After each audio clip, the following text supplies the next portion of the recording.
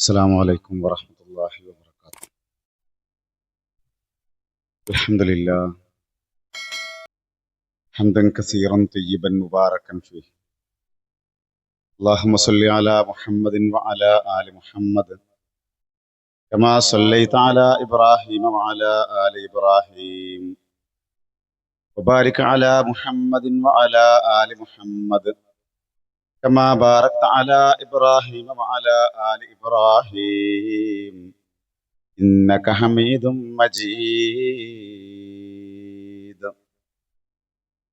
أعوذ بالله من الشيطان الرجيم. بسم الله الرحمن الرحيم. ياسين والقرآن الحكيم إنك لمن المرسلين على صراط مستقيم تنزيل العزيز الرحيم. സ്നേഹമുള്ള വേദിയിലെയും സദസ്സിലെയും ബഹുമാന്യ വ്യക്തിത്വങ്ങളെ, പ്രിയപ്പെട്ട രക്ഷിതാക്കളെ, സഹോദരി സഹോദരന്മാരെ, ഈ ശബ്ദം ശ്രവിക്കുന്ന നല്ലവരായ നാട്ടുകാരെ, സർവലോക പരിപാലകനായ അള്ളാഹുവിൻ്റെ നിയമങ്ങളും നിർദ്ദേശങ്ങളും ജീവിതത്തിൻ്റെ എല്ലാ മേഖലകളിലും കഴിവിൻ്റെ പരമാവധി പാലിച്ചുകൊണ്ട് ജീവിതം ചിട്ടപ്പെടുത്തുവാൻ ഞാനും നിങ്ങളും കടപ്പെട്ടവരാണ് എന്നുണർത്തുകയാണ്. റഹമുറാഹിമീനായ നാഥൻ അവൻ്റെ വിധിവിലക്കുകൾ അനുസരിച്ച് ജീവിക്കുന്ന യഥാർത്ഥ വിശ്വാസികളിൽ നമ്മെ എല്ലാവരെയും ഉൾപ്പെടുത്തി അനുഗ്രഹിക്കുമാറാവട്ടെ. സംസ്കരണത്തിൻ്റെ ദിവ്യ വെളിച്ചം, വിശുദ്ധ ഖുർആനിൻ്റെ സന്ദേശം വിളിച്ചോതിക്കൊണ്ടുള്ള ഇത്തരത്തിലുള്ള പ്രോഗ്രാമുകൾ നമ്മുടെ നാടിൻ്റെ നാനാഭാഗങ്ങളിൽ നടന്നുകൊണ്ടിരിക്കുകയാണ്. നമുക്കറിയാം, പരിശുദ്ധ ഖുർആൻ അവതീർണമായ ഏറ്റവും പുണ്യം നിറഞ്ഞ പുണ്യങ്ങളുടെ പൂക്കാലമായ പരിശുദ്ധ റമദാൻ നമ്മളിലേക്ക് വരാനിരിക്കുകയാണ്. ഒരു റമദാൻ നമ്മുടെ പടിവാതിൽക്കൽ എത്തി നിൽക്കുമ്പോൾ വിശുദ്ധ ഖുർആൻ അവതീർണമായ ആ മാസത്തിൻ്റെ പ്രത്യേകതകൾ ഉൾക്കൊണ്ട വിശ്വാസി സമൂഹം ആ ഖുർആനിൻ്റെ മഹത്വം കൃത്യമായി മനസ്സിലാക്കേണ്ടവരാണ്. മനുഷ്യന് അല്ലാഹു സുബ്ഹാനഹു വ തആല നൽകിയ ഏറ്റവും വലിയ ഒരു അനുഗ്രഹമാണ് വിശുദ്ധ ഖുർആൻ അവതരിപ്പിച്ചു തന്നു എന്നത്. ഖുർആനിലൂടെ അല്ലാഹു തആല ആരാണ് മനുഷ്യനെന്നും എന്തിനാണ് മനുഷ്യൻ ഈ ലോകത്ത് സൃഷ്ടിക്കപ്പെട്ടത് എന്നും വളരെ വ്യക്തമാക്കി പഠിപ്പിച്ചു തന്നിട്ടുണ്ട്. ആ വിവരം മനുഷ്യന് വേറെ ഒരാളിൽ നിന്നും ലഭിക്കുകയില്ല. നമ്മെ സൃഷ്ടിച്ച് പരിപാലിക്കുന്ന ആ പടച്ച തമ്പുരാൻ അള്ളാഹുവിൻ്റെ പ്രൊഡക്റ്റായിട്ടുള്ള ഈ മനുഷ്യന്റെ ജീവിതത്തിൻ്റെ ലക്ഷ്യമെന്താണ് എന്ന് കൃത്യമായി ബോധ്യപ്പെടുത്തി തന്നിട്ടുണ്ട്. അത് ബോധ്യപ്പെടുത്തി തരേണ്ടത് പടച്ച തമ്പുരാൻ തന്നെയാണ്. വിശുദ്ധ ഖുർആൻ സൂറത്ത് ഹുജറാത്തിലെ 13-ാമത്തെ വചനത്തിൽ അള്ളാഹു മനുഷ്യരോടാകമാനം പറയുന്നുണ്ട്. മനുഷ്യ സമൂഹത്തെ മുഴുവൻ വിളിച്ചുകൊണ്ട് അല്ലാഹു തആല പറയുന്നത്, യാ അയ്യുഹന്നാസ് ഇന്നാ ഖലഖനാകും മിൻ ദക്കരിൻ വ ഉൻസാ വജഅൽനാകും ശുഊബൻ വ ഖബായില ലിതആറഫൂ ഇന്ന അക്രമക്കും ഇൻദല്ലാഹി അത്ഖാക്കും ഇന്നല്ലാഹ അലീമുൻ ഖബീർ. യാ അയ്യുഹന്നാസ്, ഓ ജനങ്ങളെ, ഇന്നാ ഖലഖനാകും മിൻ ദക്കരിൻ വ ഉൻസ, നിങ്ങളെ ഒരാണിൽ നിന്നും ഒരു പെണ്ണിൽ നിന്നുമാണ് നാം സൃഷ്ടിച്ചിരിക്കുന്നത്. വജഅൽനാകും ശുഊബൻ വ ഖബായില, നിങ്ങളെ വിവിധ സമുദായങ്ങളും വിവിധ ഗോത്രങ്ങളുമൊക്കെ ആക്കിയത് എന്തിനു വേണ്ടിയാണ് എന്ന് അല്ലാഹ് പറയുന്നത്. ലിതഅറഫു, നിങ്ങൾ പരസ്പരം അറിയുവാൻ വേണ്ടിയാണ്, തിരിച്ചറിയാൻ വേണ്ടിയാണ്. നിങ്ങളെ വിവിധ സമുദായങ്ങളും ഗോത്രങ്ങളുമൊക്കെ ആക്കിയത് അതിൽ അഹങ്കാരം നടിക്കാനല്ല. വെളുത്തവനെയും കറുത്തവനെയും ഒക്കെ അല്ലാഹ് സൃഷ്ടിച്ചത് അതിൽ വേർതിരിവുണ്ടാക്കാൻ വേണ്ടിയല്ല, നിങ്ങളെ തിരിച്ചറിയാൻ വേണ്ടിയാണ് നിങ്ങൾക്ക് വിവിധ അഡ്രസ്സുകൾ നൽകിയത്. ഇന്ന അക്രമക്കും ഇൻദല്ലാഹി അത്ഖാക്കും, അല്ലാഹുവിന്റെ അടുക്കൽ നിങ്ങളിൽ ഏറ്റവും ആദരണീയൻ ധർമ്മനിഷ്ഠ പാലിക്കുന്നവനാണ്, തഖ്വയുള്ളവരാണ്. ഇന്നല്ലാഹ അലീമുൻ ഖബീർ, തീർച്ചയായും അല്ലാഹു സർവജ്ഞനും സൂക്ഷ്മജ്ഞനുമാകുന്നു. അപ്പോ സൃഷ്ടാവ് അല്ലാഹു ആണ്.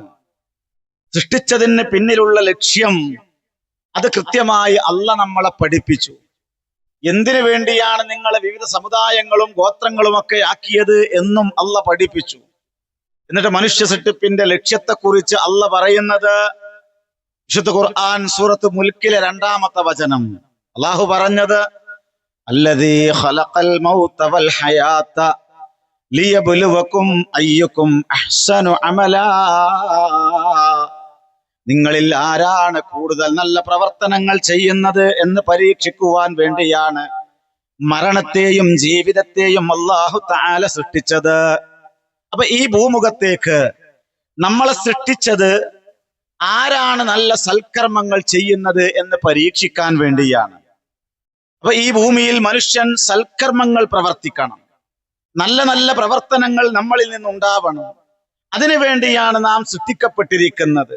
അങ്ങനെ സൽക്കർമ്മങ്ങൾ പ്രവർത്തിച്ചത് കൊണ്ട് എന്താണ് ഗുണമുള്ളത്?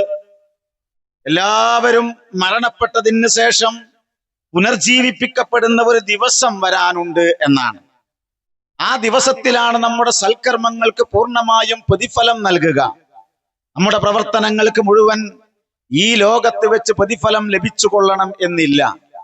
പൂർണ്ണമായ പ്രതിഫലം നൽകുന്നത് പരലോകത്ത് വെച്ചാണ്, മരണാനന്തര ജീവിതത്തിന് ശേഷമാണ്. സഹോദരങ്ങളെ, നമ്മുടെ ജീവിതത്തിന്റെ ലക്ഷ്യം എന്താണ് എന്ന് കൃത്യമായി അല്ലാഹു തആല നമുക്ക് ബോധ്യപ്പെടുത്തി തന്നിട്ടുണ്ട്. മാത്രമല്ല, ആ ലക്ഷ്യം നേടാൻ മരണാനന്തര ജീവിതത്തിൽ ആ ലക്ഷ്യം നേടാൻ നമ്മൾ സൽക്കർമ്മങ്ങൾ പ്രവർത്തിക്കുകയാണ് വേണ്ടത് എന്നാണ്. എല്ലാവരും മരണപ്പെട്ടതിന് ശേഷം പുനർജീവിപ്പിക്കപ്പെടുന്ന ഒരു ദിവസം, ആ ദിവസത്തിൽ മാത്രമാണ് നമ്മുടെ പൂർണ്ണമായ പ്രതിഫലം നമുക്ക് ലഭിക്കുക. വിശുദ്ധ ഖുർആൻ കൃത്യമായി നമ്മളെ പഠിപ്പിച്ചു, കുല്ലു നഫ്സിൻ ദാഇഖത്തുൽ മൗത്ത്, എല്ലാ ശരീരവും മരണത്തെ രുചിക്കുക തന്നെ ചെയ്യും. വഇന്നമാ തുവഫൗന ഉജൂറകും യൗമൽ ഖിയാമ, നിങ്ങളുടെ പ്രതിഫലങ്ങൾ ഖിയാമത്ത് നാളിൽ മാത്രമേ നിങ്ങൾക്ക് പൂർണ്ണമായും നൽകപ്പെടുകയുള്ളൂ. ഈ ഭൂമിപ്പുറത്ത് ജീവിക്കാൻ തുടങ്ങിയിട്ട് ഒരുപാട് കാലമായി, ഒരുപാട് നല്ല നല്ല സൽക്കർമ്മങ്ങൾ ചെയ്തു. എന്നിട്ടും ഒരു സൽക്കർമ്മവും ചെയ്യാതെ തോന്നിയതുപോലെ ജീവിക്കുന്ന ആളുകൾക്ക് ലഭിക്കുന്ന അനുഗ്രഹങ്ങളൊന്നും എനിക്ക് ലഭിക്കുന്നില്ലല്ലോ എന്ന് വിലപിക്കേണ്ടതില്ല. നമ്മുടെ കർമ്മങ്ങൾക്കുള്ള പൂർണ്ണമായ പ്രതിഫലം മരണാനന്തര ജീവിതത്തിലാണ് അല്ലാഹു തആല നൽകുക. ഫമൻ സുഹ്സിഅ അനിൻ നാർ വഉദ്ഖിലൽ ജന്ന, നരകത്തിൽ നിന്ന് ആരെങ്കിലും അകറ്റി നിർത്തപ്പെടുകയും സ്വർഗത്തിൽ പ്രവേശിപ്പിക്കപ്പെടുകയും ചെയ്തുവോ ഫഖദ് ഫാസ്, അവനാണ് യഥാർത്ഥ വിജയി, അവൻ വിജയിച്ചിരിക്കുന്നു എന്നാണ്. ആ വിജയത്തിന് ആവശ്യമായ മാർഗദർശനമാണ് പ്രിയപ്പെട്ടവരെ വിശുദ്ധ ഖുർആൻ നമുക്ക് നൽകുന്നത്. ഖുർആനിന്റെ സന്ദേശം അതാണ്. ഈ ദിവ്യ വെളിച്ചം ആ സ്വർഗലോകത്ത് എത്താനുള്ള നമ്മുടെ വഴികാട്ടിയാണ്. ആ വിജയത്തിന്റെ മാർഗദർശനമാണ് ഈ വിശുദ്ധ ഖുർആൻ. അല്ലാഹു തആല സൂറത്ത് ഇസ്രായിലെ 9-ാമത്തെ വചനത്തിൽ നമ്മളെ പഠിപ്പിച്ചു ഈ ഖുർആനിനെ കുറിച്ച്. ഇന്ന ഹാദൽ ഖുർആന യഹ്ദീ ലില്ലതീ ഹിയ അഖ്വം. തീർച്ചയായും ഈ ഖുർആൻ ഏറ്റവും ശരിയായതിലേക്ക് വഴി കാണിക്കുന്നു. ആ വഴി നമുക്ക് ലഭിക്കണമെങ്കിൽ ഖുർആൻ നാം പഠിക്കണം, അതിനെക്കുറിച്ച് നമ്മൾ ചിന്തിക്കണം. അതിന് പറ്റുന്ന രൂപത്തിൽ, വളരെ ലളിതമായ രൂപത്തിലാണ് ഖുർആൻ അവതരിപ്പിക്കപ്പെട്ടിട്ടുള്ളത്. പഠിക്കാൻ പറ്റുന്ന രൂപത്തിലാണ് ഖുർആനെ നാം അവതരിപ്പിച്ചിട്ടുള്ളത്. അതുകൊണ്ട് അത് പഠിക്കാൻ കിട്ടുന്ന മുഴുവൻ സന്ദർഭങ്ങളും നമ്മൾ ഉപയോഗിക്കണം. പ്രിയപ്പെട്ട സഹോദരങ്ങളെ, ഞാനും നിങ്ങളും ആലോചിക്കേണ്ടത്, അല്ലാഹു തആല പറയുന്നു, ഈ ഖുർആൻ നിങ്ങൾക്ക് ഏറ്റവും ശരിയായതിലേക്ക് വഴി കാണിക്കുന്നതാണ്. നമുക്ക് വഴികാട്ടിയായിട്ടുള്ള ഈ ഖുർആൻ, നമ്മുടെ വയസ്സ് നമ്മളൊന്ന് കൂട്ടി നോക്കുക. വിശുദ്ധ ഖുർആനിൽ എത്ര സൂറത്തുകളുണ്ട് എന്ന് 114 സൂറത്തുകൾ ഉണ്ടായിട്ട് ആ സൂറത്തുകളിൽ എത്ര സൂറത്താണ് നമ്മൾ മനഃപ്പാഠമാക്കിയിട്ടുള്ളത്? ആ മനഃപ്പാഠമാക്കിയ സൂറത്തുകളിൽ എത്ര സൂറത്തിന്റെ അർത്ഥവും ആശയവുമാണ് നാം ഗ്രഹിച്ചിട്ടുള്ളത്? നമ്മുടെ ജീവിതത്തിൽ ഏതെങ്കിലും ഒരു ആയത്ത് സ്വാധീനം ചെലുത്തിയിട്ടുണ്ടോ? ഒരായത്തെങ്കിലും കേട്ടുകൊണ്ട് ഇതെന്റെ ജീവിതത്തിൽ എന്നെ മാറ്റിമറിക്കേണ്ടതാണ് എന്നോടുള്ള ചോദ്യമാണ്, എനിക്കുള്ള താക്കീതാണ്, എനിക്കുള്ള സന്തോഷ വാർത്തയാണ് എന്ന നിലക്ക് എപ്പോഴെങ്കിലും ഒരായത്ത് നമ്മുടെ മനസ്സിനെ സ്വാധീനിച്ചിട്ടുണ്ടോ? ഇത് നമ്മുടെ മനസ്സിന്റെ പ്രകാശമാകണം, ഹൃദയത്തിന്റെ വസന്തമാകണം ഈ വിശുദ്ധ ഖുർആൻ. നമ്മൾ ആലോചിച്ച് നോക്കൂ, എത്ര കാലമായി നമ്മൾ നിസ്കരിക്കാൻ തുടങ്ങിയിട്ട്. നിസ്കാരത്തിൽ സാധാരണ നമ്മൾ പാരായണം ചെയ്യുന്ന 17 തവണയെങ്കിലും നിർബന്ധമായും നമ്മൾ പാരായണം ചെയ്യുന്ന സൂറത്തു ഫാത്തിഹ, ആ ഫാത്തിഹയുടെ അർത്ഥം പോലും അറിയാത്ത എത്രയോ സഹോദരങ്ങൾ നമ്മുടെ നാടുകളിൽ, നമ്മുടെ വീടുകളിൽ, നമ്മുടെ കുടുംബങ്ങളിൽ ജീവിച്ചു കൊണ്ടിരിക്കുന്നു. ഞാനിത് വെറുതെ പറയുന്നതല്ല പ്രിയപ്പെട്ടവരെ. പലപ്പോഴും നേരത്തെ ഇവിടെ സൂചിപ്പിച്ചതുപോലെ നമ്മുടെ പുതിയ സമൂഹം, പുതിയ തലമുറ ഇത്തരത്തിലുള്ള കാര്യങ്ങളിൽ നിന്ന്, മതത്തിന്റെ പരിസരത്ത് നിന്ന് അകന്നുപോയിക്കൊണ്ടിരിക്കുന്നു. ഖുർആനുമായി ഒരു ബന്ധവുമില്ലാത്ത ജീവിതം നയിച്ചു കൊണ്ടിരിക്കുന്നു. അതിരുവിട്ട സ്വതന്ത്ര ചിന്തകളും ലിബറൽ സംസ്കാരങ്ങളുമൊക്കെ നമ്മുടെ പുതിയ തലമുറയെ മതത്തിന്റെ പരിസരത്ത് നിന്ന് അകറ്റിക്കളഞ്ഞുകൊണ്ടിരിക്കുന്നു. ഞാനിത് വെറുതെ പറയല്ല. +1 ക്ലാസ്സിലേക്ക് ആദ്യമായിട്ട് മോറൽ ക്ലാസ് എടുക്കാൻ വേണ്ടിയിട്ട് ഇങ്ങനെ ചൊല്ലുമ്പോ കൊമേഴ്സ്, ഹ്യൂമാനിറ്റീസ് 2 ക്ലാസ് ഇങ്ങനെ ഒരുമിച്ചിട്ടു. ആ കുട്ടികൾ 63 കുട്ടികളുള്ള 2 ക്ലാസ്സും കൂടെ കൂട്ടിയിട്ട ആ ഒരു ക്ലാസ്സിലേക്ക് ചെന്നപ്പോ വെറുതെ ചോദിച്ചു, നിങ്ങളൊക്കെ നിസ്കരിക്കലുണ്ടോ? അപ്പൊ കുട്ടികൾ ചോദിച്ചു, നിങ്ങൾ എന്താ അങ്ങനെ ചോദിക്കണത്? ഞങ്ങൾ നിസ്കരിക്കണ തന്നെ മദ്രസയിൽ പഠിക്കണ കുട്ടികളോട് ചോദിക്കണ പോലെ ഞങ്ങളോട് എന്തിനാ ചോദിക്കണത്? അല്ല, വെറുതെ ചോദിച്ചതാണ്, നിങ്ങൾ നിസ്കരിക്കലുണ്ടോ? ഞാൻ വെറുതെ ചോദിച്ചു, നിസ്കാരത്തിലെ പ്രാർത്ഥനയൊക്കെ നിങ്ങൾക്ക് അറിയോ എന്ന് ചോദിച്ചു. അവര് പറഞ്ഞു, പ്രാർത്ഥന ഒക്കെ അറിയാം. എന്നാ ഒന്ന് ചൊല്ലിക്കാന്ന് പറഞ്ഞിട്ട് അവര് ചൊല്ലിപ്പിക്കുന്നൊന്നും വിചാരിച്ചില്ല. 63 കുട്ടികളെയും ഇങ്ങനെ ചൊല്ലിപ്പിച്ചു. 5 മിനിറ്റ് കൊണ്ട് എല്ലാവരും എഴുന്നേറ്റ് നിന്നു. ആ 63 മക്കളിൽ 3 ആൾക്കാര് ചൊല്ലിത്തന്നു. അതെന്നെ സ്പീഡിൽ ചൊല്ലിയാ കിട്ടും, ഒന്ന് സാവകാശം ചൊല്ലിയിട്ട് അങ്ങനെ നോക്കിയാൽ അത് കിട്ടുന്നില്ല. ഞാൻ ചോദിച്ചു, മക്കളെ, നിങ്ങളവിടെ പ്രയർ ഹാളിൽ നിസ്കരിക്കാൻ വരാറുണ്ടല്ലോ? എല്ലാ ദിവസവും ളുഹർ നമസ്കാരം ജമാഅത്തായിട്ട് അവിടെ നടക്കും. അപ്പൊ നിസ്കരിക്കാൻ വരുമ്പോ നിങ്ങളൊക്കെ നിസ്കരിക്കലുണ്ടല്ലോ, നിസ്കരിക്കാൻ വരാറുണ്ടല്ലോ, നിസ്കാരത്തിൽ നിങ്ങളൊന്നും ചൊല്ലാറില്ലേ എന്ന് ചോദിച്ചപ്പോ അവര് പറഞ്ഞത്, നിങ്ങൾ കൈകെട്ടിയാ ഞങ്ങളും കൈകൊട്ടും, നിങ്ങൾ റുക്കൂക്ക് പോയാൽ ഞങ്ങളും കുമ്പിടും, നിങ്ങൾ സമി അല്ലാഹു ലിമൻ ഹമിദാന്ന് പറഞ്ഞാൽ ഞങ്ങളും അങ്ങനെ നിൽക്കും, പ്രത്യേകിച്ചൊന്നും ചൊല്ലലൊന്നുമില്ല, അതെന്നെ കൊല്ലം നിങ്ങളെ കൊണ്ടുള്ള ഇടങ്ങേറുണ്ട് ഞങ്ങൾ തുടങ്ങിയതാണ് നാം. നോക്കൂ നിങ്ങൾ, ഇത് ഒരു സ്ഥലത്ത് മാത്രല്ല. നമ്മുടെ പുതിയ കുട്ടികൾക്ക് പലപ്പോഴും ഖുർആൻ എന്താന്ന് അറിയുന്നില്ല. ഇപ്പൊ നോക്കൂ നിങ്ങൾ, SSLC പരീക്ഷ പരീക്ഷാ കാലഘട്ടമാണ്. IT-യുടെ പരീക്ഷ നടന്നുകൊണ്ടിരിക്കുന്നു, ചിലത് കഴിഞ്ഞു. നമ്മുടെ കുട്ടികൾക്ക് ഏത് വിഷയത്തിലാണോ പഠനത്തിൽ അല്പം കുറവുള്ളത് എങ്കിൽ അതിന് പ്രത്യേകമായ കോച്ചിങ് നൽകിയിട്ട്, ട്യൂഷൻ നൽകിയിട്ട് അത് മികച്ചതാക്കാൻ നമ്മളൊക്കെ ശ്രമിക്കാറുണ്ട്. എന്നാൽ എന്റെ മകന് ഖുർആൻ ഓതാൻ അറിയില്ല, അവന് ഖുർആനിന്റെ നിയമം അറിഞ്ഞൂടാ, അതിന്റെ മാന അറിഞ്ഞൂടാ എന്ന് വിചാരിച്ച് ഏതെങ്കിലും ഒരാൾ ഖുർആന് വേണ്ടി പ്രത്യേകം കോച്ചിങ് കൊടുക്കാൻ, ട്യൂഷൻ കൊടുക്കാൻ തയ്യാറാവാറുണ്ടോ എന്ന് ആലോചിച്ച് നോക്കി. ചേർത്ത് വെച്ച് എന്റെ മക്കൾക്ക് ഖുർആൻ അറിയുമോ അറിയില്ലേ എന്നൊന്ന് ആത്മാർത്ഥമായി പരിശോധിക്കാൻ നമ്മൾ തയ്യാറാകാറുണ്ടോ? ഭൗതികമായ കൗതുകങ്ങളിൽ നമ്മൾ വിഹരിക്കുകയാണ്. പ്രിയപ്പെട്ടവരെ, നമുക്ക് വഴികാട്ടിയായിട്ടുള്ള ഇന്ന ഹാദൽ ഖുർആന യഹ്ദീ ലില്ലതീ ഹിയ അഖ്വം, തീർച്ചയായും ഈ ഖുർആൻ ഏറ്റവും ശരിയായതിലേക്ക് വഴി കാണിക്കുന്നു എന്ന് പറഞ്ഞ ആ വഴി നമുക്ക് ലഭിക്കണമെങ്കിൽ ആ ഖുർആൻ നാം പഠിക്കണം. പ്രിയപ്പെട്ടവരെ, അതിനെക്കുറിച്ച് നമ്മൾ ചിന്തിക്കണം. അതിന് പറ്റുന്ന രൂപത്തിൽ വളരെ ലളിതമായിട്ടാണ് ഈ ഖുർആൻ അവതീർണമാക്കിയിട്ടുള്ളത് എന്നത് തന്നെയാണ്. ഇനിയൊക്കെ എനിക്ക് പഠിച്ചാൽ കഴിയോ? ഇപ്പൊ ഇന്നലെ നിലമ്പൂര് ഭാഗത്ത് മൂത്തേടം ഭാഗത്ത് ഒരു പ്രോഗ്രാമിൽ പങ്കെടുക്കണ്ടായി. ഒരു 19 വയസ്സുള്ള ഒരു സഹോദരി നമുക്കൊക്കെ മാതൃകയാകുന്ന ആവേശമാകുന്ന രൂപത്തിൽ ഖുർആനിന്റെ വെളിച്ചം പദ്ധതി അത് മുഴുവൻ വായിച്ച് 100-ൽ 100 മാർക്കും ശാരീരിക പ്രയാസങ്ങളൊക്കെ മാറ്റിവെച്ച് അവരുടെ മകൻ പറയുന്നത് ആ ഖുർആനിന്റെ പതിപ്പ് കിട്ടിക്കഴിഞ്ഞാൽ, വെളിച്ചം പദ്ധതിയുടെ പുസ്തകം കിട്ടിക്കഴിഞ്ഞാൽ പിന്നെ ഉമ്മാനെ പുറത്തേക്കൊന്നും കാണൂല. ഉമ്മ അത് അരിച്ചുപെറുക്കി വായിച്ച് അത് കൃത്യമായി രേഖപ്പെടുത്തി 100-ൽ 100 മാർക്ക് വാങ്ങുന്നു എന്നത്. നോക്കൂ നിങ്ങൾ, ഈ ഖുർആൻ എനിക്ക് പഠിച്ചാൽ അത് മനസ്സിലാകുമോ, എനിക്ക് പഠിക്കാൻ കഴിയുമോ എന്ന് പറഞ്ഞ് അവഗണിച്ച് തള്ളിക്കളയേണ്ടതല്ല എന്നർത്ഥം. വിശുദ്ധ ഖുർആൻ അത് പഠിക്കാൻ പറ്റുന്ന രൂപത്തിൽ, ഏതൊരാൾക്കും ഉൾക്കൊള്ളാൻ പറ്റുന്ന രൂപത്തിൽ വളരെ ലളിതമായിട്ടാണ് അത് അവതരിപ്പിച്ചിട്ടുള്ളത്. സൂറത്തുൽ ഖമറിൽ അതാ കൃത്യമായി പഠിപ്പിച്ചത് നമുക്ക് കാണാൻ സാധിക്കും. അല്ലാഹു തആല പറഞ്ഞത് 4 പ്രാവശ്യം ആവർത്തിച്ച് പറയുന്ന ഒരു കാര്യം നമുക്കറിയാം. വലഖദ് യസ്സർനൽ ഖുർആന ലിദ്ദിക്രി ഫഹൽ മിൻ മുദ്ദക്കിർ. തീർച്ചയായും ആലോചിച്ച് മനസ്സിലാക്കുവാൻ വേണ്ടി ഖുർആൻ നാം എളുപ്പമാക്കിയിരിക്കുന്നു എന്നാണ്. ആലോചിച്ച് മനസ്സിലാക്കാൻ. പ്രിയപ്പെട്ടവരെ, ഈ ഖുർആൻ അവതീർണമായ മാസം നമ്മളിലേക്ക് വരുമ്പോ നമ്മളൊരു തീരുമാനം എടുക്കുക.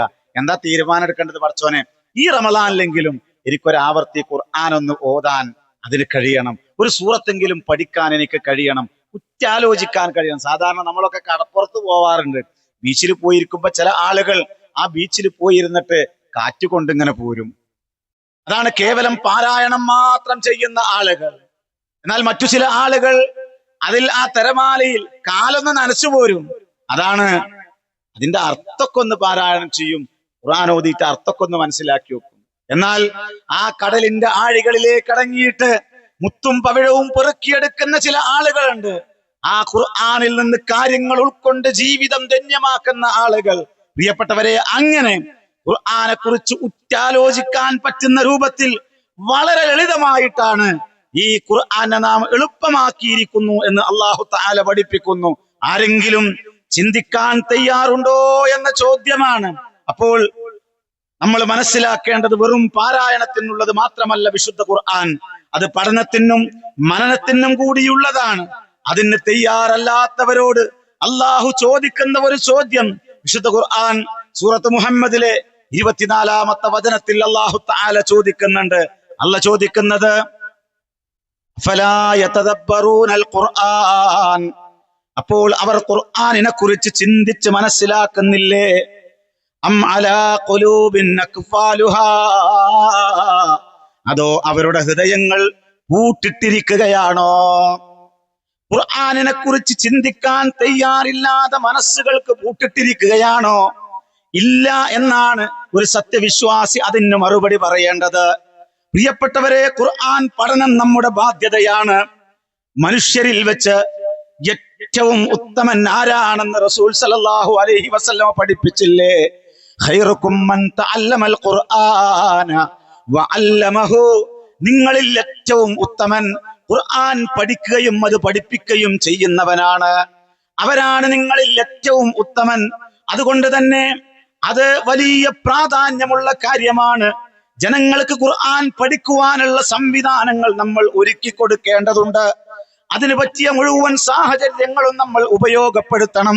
നമ്മളൊന്ന് ആലോചിച്ചു നോക്കൂ, നമ്മുടെ മഹല്ലുകളിൽ ഖുർആൻ പഠിക്കാനുള്ള സംവിധാനം ഉണ്ടായിട്ട്, അതേ പ്രിയപ്പെട്ടവരെ, ഖുർആൻ ഹദീസ് ലേണിംഗ് ക്ലാസുകൾ ഉണ്ടായിട്ട്, നമ്മുടെ വീടുകളിൽ നിന്ന്, നമ്മുടെ കുടുംബങ്ങളിൽ നിന്ന് ആഴ്ചയിൽ 1 മണിക്കൂറെങ്കിലും എത്ര ആളുകളാണ് അതിന് വേണ്ടി തയ്യാറാവാറുള്ളത്?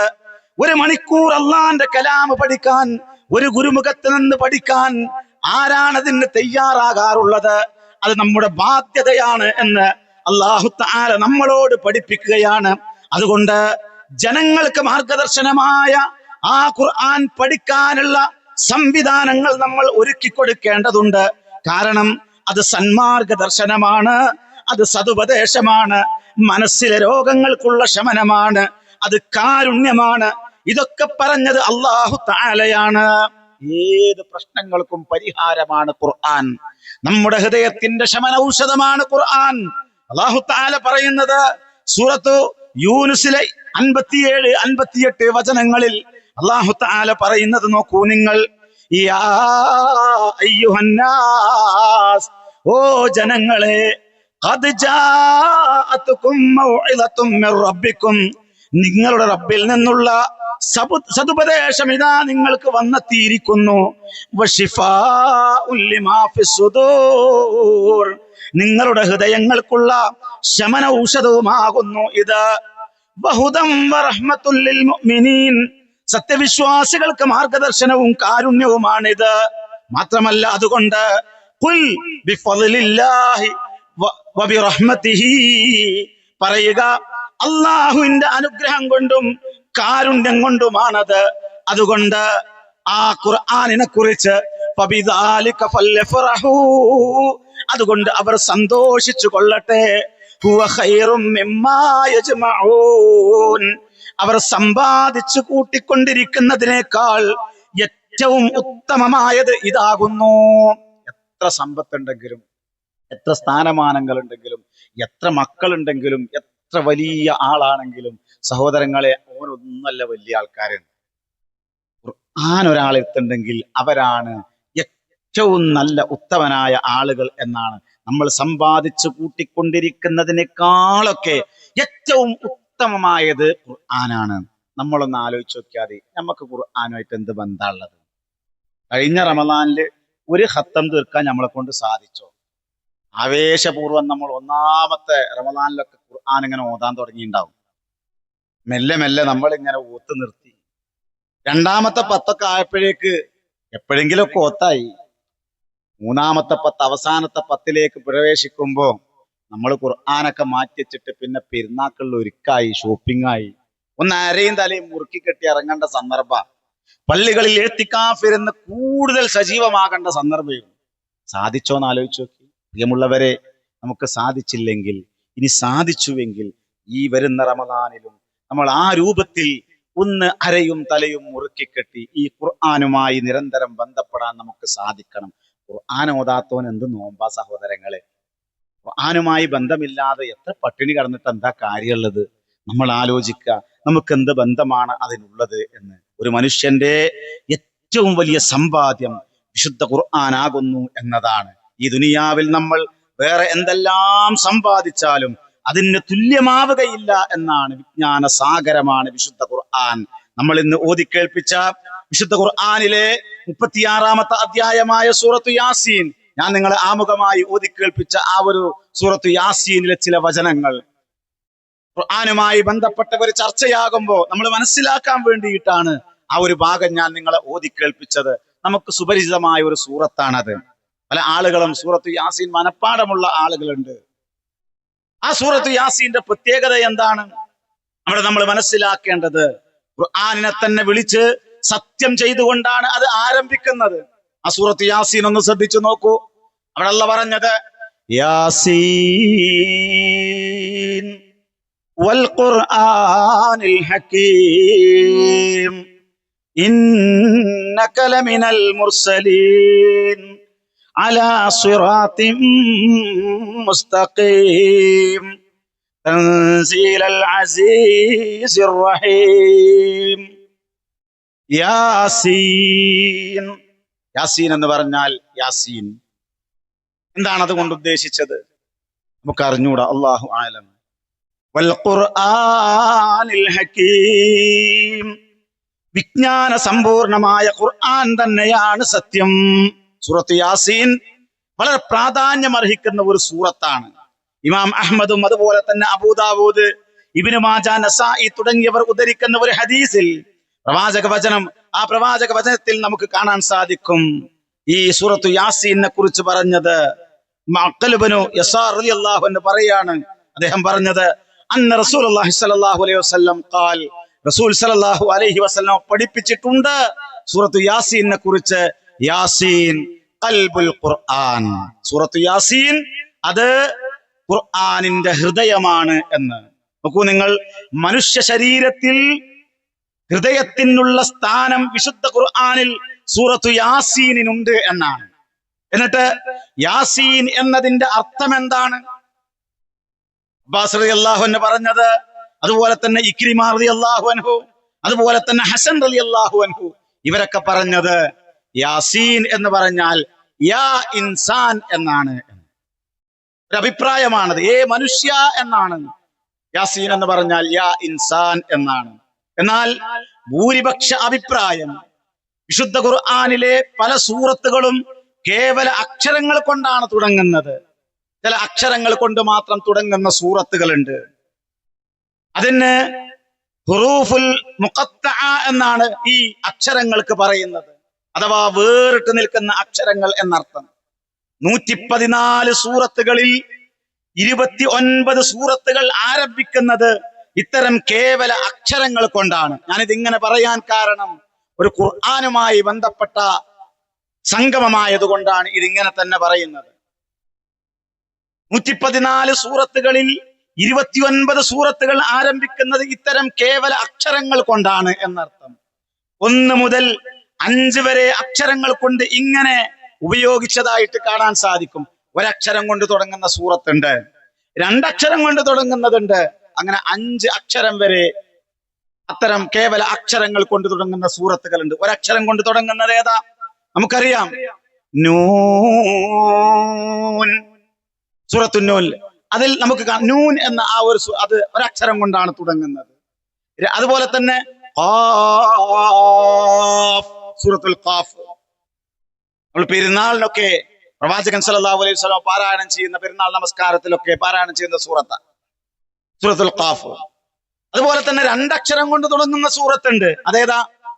സൂറത്തു യാസീൻ, യാസീൻ. അതുപോലെ തന്നെ മഹാനായ ഉമർ റളിയല്ലാഹു അൻഹുവിന് പരിവർത്തനം ഉണ്ടാക്കിയ സൂറത്ത് ത്വാഹ. 2 അക്ഷരങ്ങൾ, ത്വാ, അതുപോലെ തന്നെ ഹ എന്ന 2 അക്ഷരങ്ങൾ.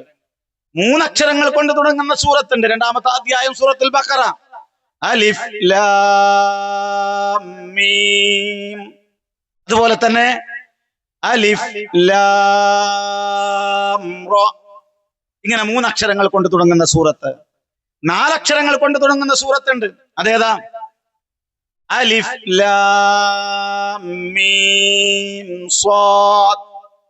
അതുപോലെ തന്നെ അലിഫ് ലാം മീം റ. ഇങ്ങനെ 4 അക്ഷരങ്ങൾ കൊണ്ട് തുടങ്ങുന്ന സൂറത്ത്. 5 അക്ഷരം കൊണ്ട് തുടങ്ങുന്ന സൂറത്തുണ്ട്. കാഫ് ഹാ യാ ഐൻ സ്വാദ്. അതുപോലെ തന്നെ ഹാമീം ഐൻ സീൻ ഖാഫ്. ഇങ്ങനെ അറബി ഭാഷയിൽ ആകെയുള്ള 28 അക്ഷരങ്ങളിൽ പകുതിയായ 14 അക്ഷരങ്ങൾ ഇങ്ങനെ കേവല അക്ഷരങ്ങൾ കൊണ്ട് ഖുർആൻ തുടങ്ങുന്നതായി ഉപയോഗിച്ചിട്ടുണ്ട് എന്നതാണ്. 28 അക്ഷരങ്ങളിൽ 14 അക്ഷരങ്ങൾ ഈ രൂപത്തിൽ കേവല അക്ഷരങ്ങൾ കൊണ്ട് ഓരോ സൂറത്തുകൾ തുടങ്ങുന്നതായിട്ട് ഉപയോഗിച്ചിട്ടുണ്ട്. ഈ അക്ഷരങ്ങൾ കൊണ്ട് എന്താണ് ഉദ്ദേശിക്കുന്നത്? സഹോദരങ്ങളെ, പ്രധാനപ്പെട്ട 2 അഭിപ്രായങ്ങളാണുള്ളത്. അതിൽ ഒന്ന്, അള്ളാഹുവിന്റെ ഗ്രന്ഥത്തിൽ അള്ളാഹു ഒളിപ്പിച്ചു വെച്ച രഹസ്യങ്ങളാണവ. നബി സല്ലല്ലാഹു അലൈഹി വസല്ലമ നമുക്കത് വിശദീകരിച്ചു തരാത്തത് കൊണ്ട് അല്ലാഹു അഅലം, അള്ളാഹുവിനെ അതറിയൂ എന്ന് പറഞ്ഞാൽ മതി എന്നാണ്. ഈ അഭിപ്രായമാണ് 4 ഖലീഫമാരും ഈ അഭിപ്രായക്കാരാണ്. ഈ അഭിപ്രായം പറഞ്ഞവരാണ്. അല്ലാഹു അഅലം, നമുക്ക് അറിഞ്ഞുകൂടാ. 2-ാമത്തെ അഭിപ്രായം, ഖുർആനിനെ കുറിച്ച് ചിന്തിക്കുവാൻ ഖുർആനിൽ തന്നെ അള്ളാഹു നമ്മളോട് ആവർത്തിച്ച് അങ്ങനെ ആവശ്യപ്പെടുന്ന കാര്യമാണ്. അതിന്റെ അടിസ്ഥാനത്തിലാണ് നേരത്തെ പറഞ്ഞതുപോലെ യാ ഇൻസാൻ എന്ന് ചിലർ അഭിപ്രായം പറഞ്ഞത്. മുഫസ്സിറുകളായ ഇമാം റാസിയും അതുപോലെ തന്നെ ബൈളാവിയും ഒക്കെ ഈ അഭിപ്രായക്കാരാണ്. സഹോദരങ്ങളെ, ഞാനിത് പറയാൻ കാരണം വിജ്ഞാനപൂർണമായ ഈ ഖുർആനിനെ കുറിച്ച് സത്യം ചെയ്തുകൊണ്ടാണ് ആ ആയത്ത്, ആ സൂറത്ത് ആരംഭിക്കുന്നത്. നമ്മൾ മനസ്സിലാക്കേണ്ടത്, ഒരു സൂറത്തില് അതിലെ ആരംഭത്തിൽ നമ്മൾ ഈ രൂപത്തിൽ ഒന്ന് ആലോചിച്ചു നോക്കിയാൽ വലിയ വലിയ അത്ഭുതങ്ങൾ നമുക്ക് കാണാൻ സാധിക്കും. അതിനെക്കുറിച്ച് ഉറ്റാലോചിച്ചപ്പോഴാണ് പല ആളുകൾക്കും മനസ്സിൽ പരിവർത്തനങ്ങൾ ഉണ്ടായത്. ഖുർആനിന്റെ ആയത്തുകൾ കേട്ടപ്പോഴാണ് പല ആളുകൾക്കും മനസ്സിൽ പരിവർത്തനം ഉണ്ടായത്. നേരത്തെ ഇവിടെ സൂചിപ്പിച്ച ഡാർക്ക് ഏജ് എന്ന് പറഞ്ഞ ആ ഒരു ഇരുണ്ട യുഗം, 6-ാം നൂറ്റാണ്ടിലെ അറേബ്യ, അവിടെ പ്രവാചകൻ സല്ലല്ലാഹു അലൈഹി വസല്ലമ വിശുദ്ധ ഖുർആനിന്റെ സന്ദേശവുമായി കടന്നു വരുമ്പോ ആ നാട്ടിലുണ്ടായിരുന്ന സംസ്കാരം, പ്രിയപ്പെട്ടവരെ, വളരെ വൃത്തികെട്ടതായിരുന്നു. മദ്യവും അതുപോലെ തന്നെ മദിരാക്ഷിയും അതുപോലെ തന്നെ വൃത്തികെട്ട ഒരുപാട് സംഭവങ്ങൾ നടമാടിക്കൊണ്ടിരുന്ന ആ സമൂഹത്തിലേക്ക് 10-23 വർഷക്കാലത്തെ പ്രവാചകന്റെ ഈ വിശുദ്ധ ഖുർആൻ കൊണ്ടുള്ള പ്രബോധനത്തിലൂടെ ഏറ്റവും വലിയ മാതൃകാപരമായ ഒരു സമൂഹമാക്കി അവരെ വളർത്തിയെടുത്തു എന്നതാണ്. ഖൈറു ഉമ്മത്താക്കി മാറ്റി. പ്രവാചകൻ സല്ലല്ലാഹു അലൈഹി വസല്ലമ പരിവർത്തനം നടത്തിയത് ഈ വിശുദ്ധ ഖുർആൻ കൊണ്ടാണ്. കേവലം വാമൊഴിയായിട്ടല്ല, ജീവിച്ച് കാണിച്ചു കൊടുത്തു. ഇതിൽ നിന്ന് നമ്മൾ മനസ്സിലാക്കേണ്ടത് എന്താ? ഖുർആൻ നമ്മളിങ്ങനെ ഓതി തീർക്കുക മാത്രമല്ല, അത് നമ്മുടെ ജീവിതത്തിൽ ഉണ്ടാവണം. നമ്മുടെ കുടുംബത്തിൽ പ്രിയപ്പെട്ടവരെ എത്ര ആളുകളാണ് ഒന്ന് നമ്മുടെ തീൻമേശയുടെ വട്ടമിരുന്ന് ആ അമാനി മൗലവിന്റെ തഫ്സീർ എടുത്തിട്ട് ഒരായത്തെങ്കിലും ഒരു ദിവസം ഒന്ന് ഓതിയിട്ട് അതൊന്ന് ചർച്ച ചെയ്യുന്ന എത്ര കുടുംബങ്ങളുണ്ടെന്ന് ആലോചിച്ച് നോക്കൂ. ഒരായത്തിനെ കുറിച്ച് ചർച്ച ചെയ്യുന്നവർ, നാട്ടിലിറങ്ങുന്ന വിവിധ റീൽസുകളെ കുറിച്ച്, ഷോർട്സുകളെ കുറിച്ച്, അതിനെക്കുറിച്ച് ചർച്ച ചെയ്യുന്നു. പല കോമഡികളും ചർച്ച ചെയ്യുന്നു. എവിടെയാണ് നല്ല ഓഫർ ഉള്ളത് എന്ന് ചർച്ച ചെയ്യുന്നു. നമ്മുടെ മക്കളോട് ചോദിച്ചറിയാം, എവിടെയാണ് നല്ല ഫുഡ് കിട്ടുക, പുതിയ വിഭവങ്ങളുടെ പേരെന്താണ്, പുതിയ വാഹനങ്ങളുടെ പേരെന്താണ്, എല്ലാം അറിയുന്ന ആളുകൾ, അതിനെക്കുറിച്ച് ചർച്ച ചെയ്യുന്ന ആളുകൾ, വിവാഹത്തിലെ മാമാങ്കങ്ങളെ കുറിച്ച്, അതിലെ അധാർമികതകളെ കുറിച്ച്, അതിലുള്ള പേക്കൂത്തുകളെ കുറിച്ചൊക്കെ ചർച്ച ചെയ്ത് ആവേശം കൊള്ളുന്ന നമ്മുടെ കുടുംബങ്ങളിൽ വിശുദ്ധ ഖുർആനിന്റെ ചർച്ച എപ്പോഴെങ്കിലും നടക്കാറുണ്ടോ? ഒന്നാലോചിച്ച് നോക്കൂ. വെളിച്ചം എന്ന് പറയുന്ന മഹത്തായ ആ സംവിധാനം, നമ്മുടെ മക്കൾ ബാലവെളിച്ചം എന്ന് പറയുന്ന ഒരു സംവിധാനമുണ്ട്. എത്ര ആൾക്കാർ അത് എഴുതലുണ്ടെന്ന് ആലോചിച്ച് നോക്കി. നമ്മുടെ കുടുംബങ്ങളിൽ എത്ര ആൾക്കാർ ആ ഖുർആൻ പഠിക്കാറുണ്ട്? CRE ക്ലാസ്സുകൾ കൃത്യമായി നടക്കാറുണ്ട്. ഞാൻ പലപ്പോഴും എന്റെ ക്ലാസ്സിൽ പറയാറുണ്ട്, ഒരു സഹോദരൻ അദ്ദേഹത്തിന്റെ വിദേശ ജീവിതത്തില് ലീവ് കഴിഞ്ഞിങ്ങനെ വന്നപ്പോ നാട്ടിൽ എഞ്ചിനീയറിംഗ് പഠിക്കണ മോനുണ്ട്. എഞ്ചിനീയറിംഗ് പഠിക്കണ മോനോട് ചോദിക്കാണ്, മോനെ നിന്റെ ക്യാമ്പസിലെ വിശേഷം എന്താണ്? കുഴപ്പമില്ല വാപ്പ, ഉഷാറാണ്. എന്താണ് നിന്റെ ഹോസ്റ്റലിലെ വർത്താനം? അപ്പൊ മോൻ പറയാണ്, ഹോസ്റ്റലില് ഉഷാറാണ്, 11 ആൾക്കാര്, കോളേജിന്റെ തൊട്ടടുത്ത് ഒരു വീടെടുത്തിട്ട് അതിൽ താമസിക്കാണ്, 11 സുഹൃത്തുക്കളുണ്ട്, 11 ആളുകളും ലഹരി ഉപയോഗിക്കുന്ന ആളുകളാണ്. അങ്ങനത്തെ റൂമിലാണ് നമ്മുടെ മക്കൾ ഉള്ളത് എങ്കിൽ ഒരു വാപ്പാന്റെയും ഉമ്മാന്റെയും ബേജാർ എന്തേക്കാരെന്ന് ആലോചിച്ചു. ആ വാപ്പ അങ്ങനെ ഞെട്ടിത്തെറിച്ച് നിന്ന് അല്പം ഹിക്മത്തോടുകൂടെ മോനോട് മറുത്തൊരു ചോദ്യം ചോദിക്കാണ്, മോനെ, 11 ആൾക്കാരും ലഹരി ഉപയോഗിക്കുന്ന ആളുകളായിട്ട് എന്റെ മോൻ എങ്ങനെയാണ് അതിലൊന്നും പെടാതെ രക്ഷപ്പെട്ട് നടക്കുന്നത് എന്ന്. അപ്പൊ ആ മോൻ പറഞ്ഞൊരു മറുപടി ഉണ്ട്, വാപ്പ നിങ്ങള് ബേജാറാവണ്ട. കാരണം എന്താണെന്നറിയോ? നിങ്ങൾ ഇന്നെ മദ്രസയിൽ പറഞ്ഞയച്ചിട്ടുണ്ട്. ആ മദ്രസ പഠനത്തോടുകൂടെ എന്റെ മതപഠനം നിങ്ങൾ അവസാനിപ്പിച്ചിട്ടില്ല. അതിനുശേഷം മദ്രസ പഠനം കഴിഞ്ഞ ആളുകൾക്കുള്ള CRE ക്ലാസ്സുകളിൽ വാപ്പ നിങ്ങൾ ഇന്നെ പറഞ്ഞയച്ചിട്ടുണ്ട്. ആ ക്ലാസ്സിലൊക്കെ ബെല്ലടിക്കുന്നതിന്റെ ഒരു 5 മിനിറ്റ് മുന്നേ ഉസ്താദ് ക്ലാസ് നിർത്തിയിട്ട് നാട്ടിൽ നടക്കുന്ന ചില ആനുകാലിക സംഭവ വികാസങ്ങൾ പറഞ്ഞു തരും, ചില ചരിത്ര ശകലങ്ങൾ പറയും, ഹദീസുകൾ പറയും, ആയത്തുകൾ പറയും. അതൊക്കെ എന്റെ മനസ്സിൽ ഇങ്ങനെ കിടക്കുകയാണ്. മാത്രല്ല വാപ്പ, നിങ്ങള് ജുമുഅക്ക് പള്ളി പോവാറുണ്ട്. നിങ്ങൾ മാത്രല്ല പോവല്, നിങ്ങളും ഉമ്മയാ പോവാറുള്ളത്. ഉമ്മയും പോകുമ്പോ ഉമ്മയും നിങ്ങളും മാത്രല്ല പോകുന്നത്, താത്താനെയും കൊണ്ടുപോകും, ഉന്നിയും കൊണ്ടുപോകലുണ്ട്. ജുമുഅ ജമാഅത്തിന് കുടുംബസമേത നമ്മൾ പോവല്. പള്ളിയിൽ ഖത്തീബ് ഇങ്ങനെ ഖുതുബയിൽ ചില കാര്യങ്ങൾ പറയുമ്പോ വാപ്പ അത് മനസ്സിൽ ഇങ്ങനെ കിടക്കുകയാണ്. എന്റെ സുഹൃത്തുക്കൾ മദ്യപിച്ച് വേച്ച് നടക്കുമ്പോഴും, നാക്ക് കൊഞ്ഞച്ച് തെറിവാക്കുകൾ പറയുമ്പോഴും, അലക്ഷ്യമായി കണ്ണ് കലങ്ങി തെറിവാക്കുകൾ പറയുമ്പോഴും, അവരിങ്ങനെ വഴിവിട്ട ജീവിതം നയിക്കുമ്പോഴും ഞാൻ ആലോചിക്കും, വാപ്പാ അന്നാ കേട്ടത് ഇതാണല്ലോ, ആ ഉത്ബോധനങ്ങൾ ഇതായിരുന്നല്ലോ, ആ ഖുതുബയിൽ ഞാൻ കേട്ടത് ഇതാണല്ലോ എന്ന് ആലോചിക്കുമ്പോ ഞാൻ അതിൽ നിന്ന് മാറി വല്ല നന്മയും ചെയ്യാൻ ഞാൻ സന്നദ്ധനാവാറാണ് പതിവ്. നിരന്തരമായ ഉപദേശം. ഈ ഖുർആനുമായി ഹൃദയത്തെ ബന്ധപ്പെടുത്താൻ നമ്മുടെ കുടുംബങ്ങളിൽ, നമ്മുടെ മക്കളിൽ, പ്രിയപ്പെട്ടവരെ, ഈ ഖുർആനിന്റെ പ്രകാശം അവരുടെ മനസ്സിന്റെ വെളിച്ചമാകാൻ നമുക്ക് സാധിപ്പിച്ചു കൊടുക്കണമെങ്കിൽ നമ്മളിൽ അതുണ്ടാവണം, നമ്മുടെ കുടുംബങ്ങളിൽ അതുണ്ടാവണം എന്നാണ് വിജ്ഞാന സമ്പൂർണമായ ആ ഖുർആനെ കുറിച്ച് സത്യം ചെയ്തുകൊണ്ട് പറയാണ്, വൽ ഖുർആനിൽ ഹകീം. വളരെ ചെറിയ ഈ ഗ്രന്ഥം സഹോദരങ്ങളെ സകലമാന വിജ്ഞാനങ്ങളുടെയും കലവറയാണ്. ഏതെല്ലാം വിജ്ഞാനമാണ് ഇതിൽ ഉള്ളത് എന്ന് ചിന്തിക്കുന്നതിനേക്കാൾ നല്ലത് ഏത് വിജ്ഞാനമാണ് ഇതിൽ ഇല്ലാത്തത് എന്ന് ആലോചിക്കുന്നതാണ്.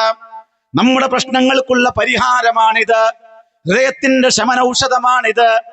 ഏത് പ്രതിസന്ധികളിലും നമ്മളിൽ ഈ ഖുർആൻ ഉണ്ടെങ്കിൽ റബ്ബ് നമുക്കൊരു മാർഗം കാണിച്ചു തരും. ഈ പ്രപഞ്ചത്തിന്റെ സൃഷ്ടിപ്പ് മുതൽ എല്ലാ കാര്യങ്ങളും വിശുദ്ധ ഖുർആൻ അതാ പ്രതിപാദിക്കുന്നുണ്ട്. ആകാശങ്ങളെ കുറിച്ച് ഈ ഖുർആൻ കൃത്യമായി പഠിപ്പിക്കുന്നു. നക്ഷത്രങ്ങളെ കുറിച്ച്, ഗോളങ്ങളെ സംബന്ധിച്ച്, അവയുടെ ചലനങ്ങളെ സംബന്ധിച്ച് മാത്രമല്ല പ്രിയപ്പെട്ടവരെ, അതിനെക്കുറിച്ചുള്ള ഒരുപാട് പ്രതിപാദനങ്ങൾ അതെല്ലാം നടത്തുന്ന ഗ്രന്ഥമാണ് ഖുർആൻ. മാത്രമല്ല ഭൂമിയെ കുറിച്ച്, അതിലെ പർവ്വതങ്ങളെ കുറിച്ച്, സമുദ്രങ്ങളെ കുറിച്ച്, നദികളെ കുറിച്ച്, ഭൂമിയിലെ ജീവജാലങ്ങളെ കുറിച്ച് എല്ലാം ഖുർആനിൽ പ്രതിപാദിച്ചിട്ടുണ്ട്. കാറ്റും മഴയും പോലും ഖുർആൻ പ്രതിപാദിച്ചിട്ടുണ്ട്. മനുഷ്യനെ സംബന്ധിച്ച് മാത്രമല്ല, സൃഷ്ടിപ്പിനെ കുറിച്ച്, മനുഷ്യ ശരീരത്തിലെ വിസ്മയങ്ങളെ കുറിച്ച് അങ്ങനെ നോക്കിയാൽ എല്ലാ വിജ്ഞാനങ്ങളും ഉള്ളടക്കം ചെയ്തിട്ടുള്ള ഈ ഖുർആനിനെ, ആ ഖുർആനിനെ പിടിച്ചാണ് അല്ലാഹു തആല സത്യം ചെയ്തുകൊണ്ട് പറയുന്നത്.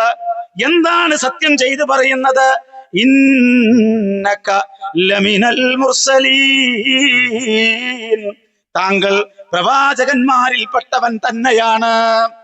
ഈ ഖുർആൻ ജനങ്ങൾക്ക് എത്തിച്ച ആ പ്രവാചകനെ സത്യപ്പെടുത്തുകയാണ്, അല്ലാഹുവിന്റെ പ്രവാചകനെ സത്യപ്പെടുത്തുകയാണ്. അതായത് ഇത്രയും ബൃഹത്തായ ഒരു ഗ്രന്ഥം എഴുത്തും വായനയും അറിയാത്ത ഒരു വ്യക്തി കൊണ്ടുവന്നിട്ടുണ്ടെങ്കിൽ അത് അള്ളാഹുവിൽ നിന്നുള്ളതാണ് എന്നും അദ്ദേഹം പ്രവാചകനാണ് എന്നതിലും യാതൊരു സംശയവുമില്ല എന്ന്. പ്രിയമുള്ളവരെ, ആ നിലക്ക് ഖുർആനെ ഉൾക്കൊള്ളണം. അത് അള്ളാഹുവിൽ നിന്നുള്ളതാണ്. ലോകത്തൊരുപാട് ഗ്രന്ഥങ്ങളുണ്ട്, ഒരുപാട് പുസ്തകങ്ങളുണ്ട്, പല രചനകളുമുണ്ട്. ആ രചനകൾ പോലെയല്ല ഖുർആൻ. അത് അള്ളാഹുവിൽ നിന്നുള്ളതാണ്. അതിന്റെ മറ്റേ അറ്റം അള്ളാഹുവിലാണുള്ളത്. ആ അള്ളാഹു അവതരിപ്പിച്ചതാണ്. അത് അള്ളാഹുവിൽ നിന്നുള്ളതാണ്. അദ്ദേഹം ആ പ്രവാചകൻ ഒരിക്കലും ഒരു കള്ളപ്രവാചകനല്ല. ആ പ്രവാചകൻ അള്ളാഹുവിന്റെ ദൂതനാണ്.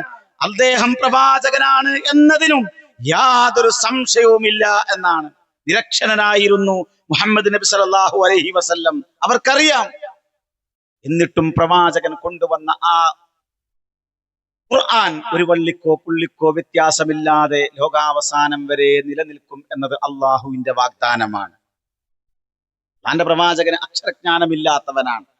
വിശുദ്ധ ഖുർആൻ പറഞ്ഞു, ഹുവല്ലദീ ബഅസ ഫിൽ ഉമ്മീന റസൂലൻ മിൻഹും, നിരക്ഷരനായ ഒരു ജനതയിലേക്ക് അവരിൽ നിന്ന് തന്നെയുള്ള ഒരു പ്രവാചകനെ അയച്ചത് അല്ലാഹു തആലയാണ്.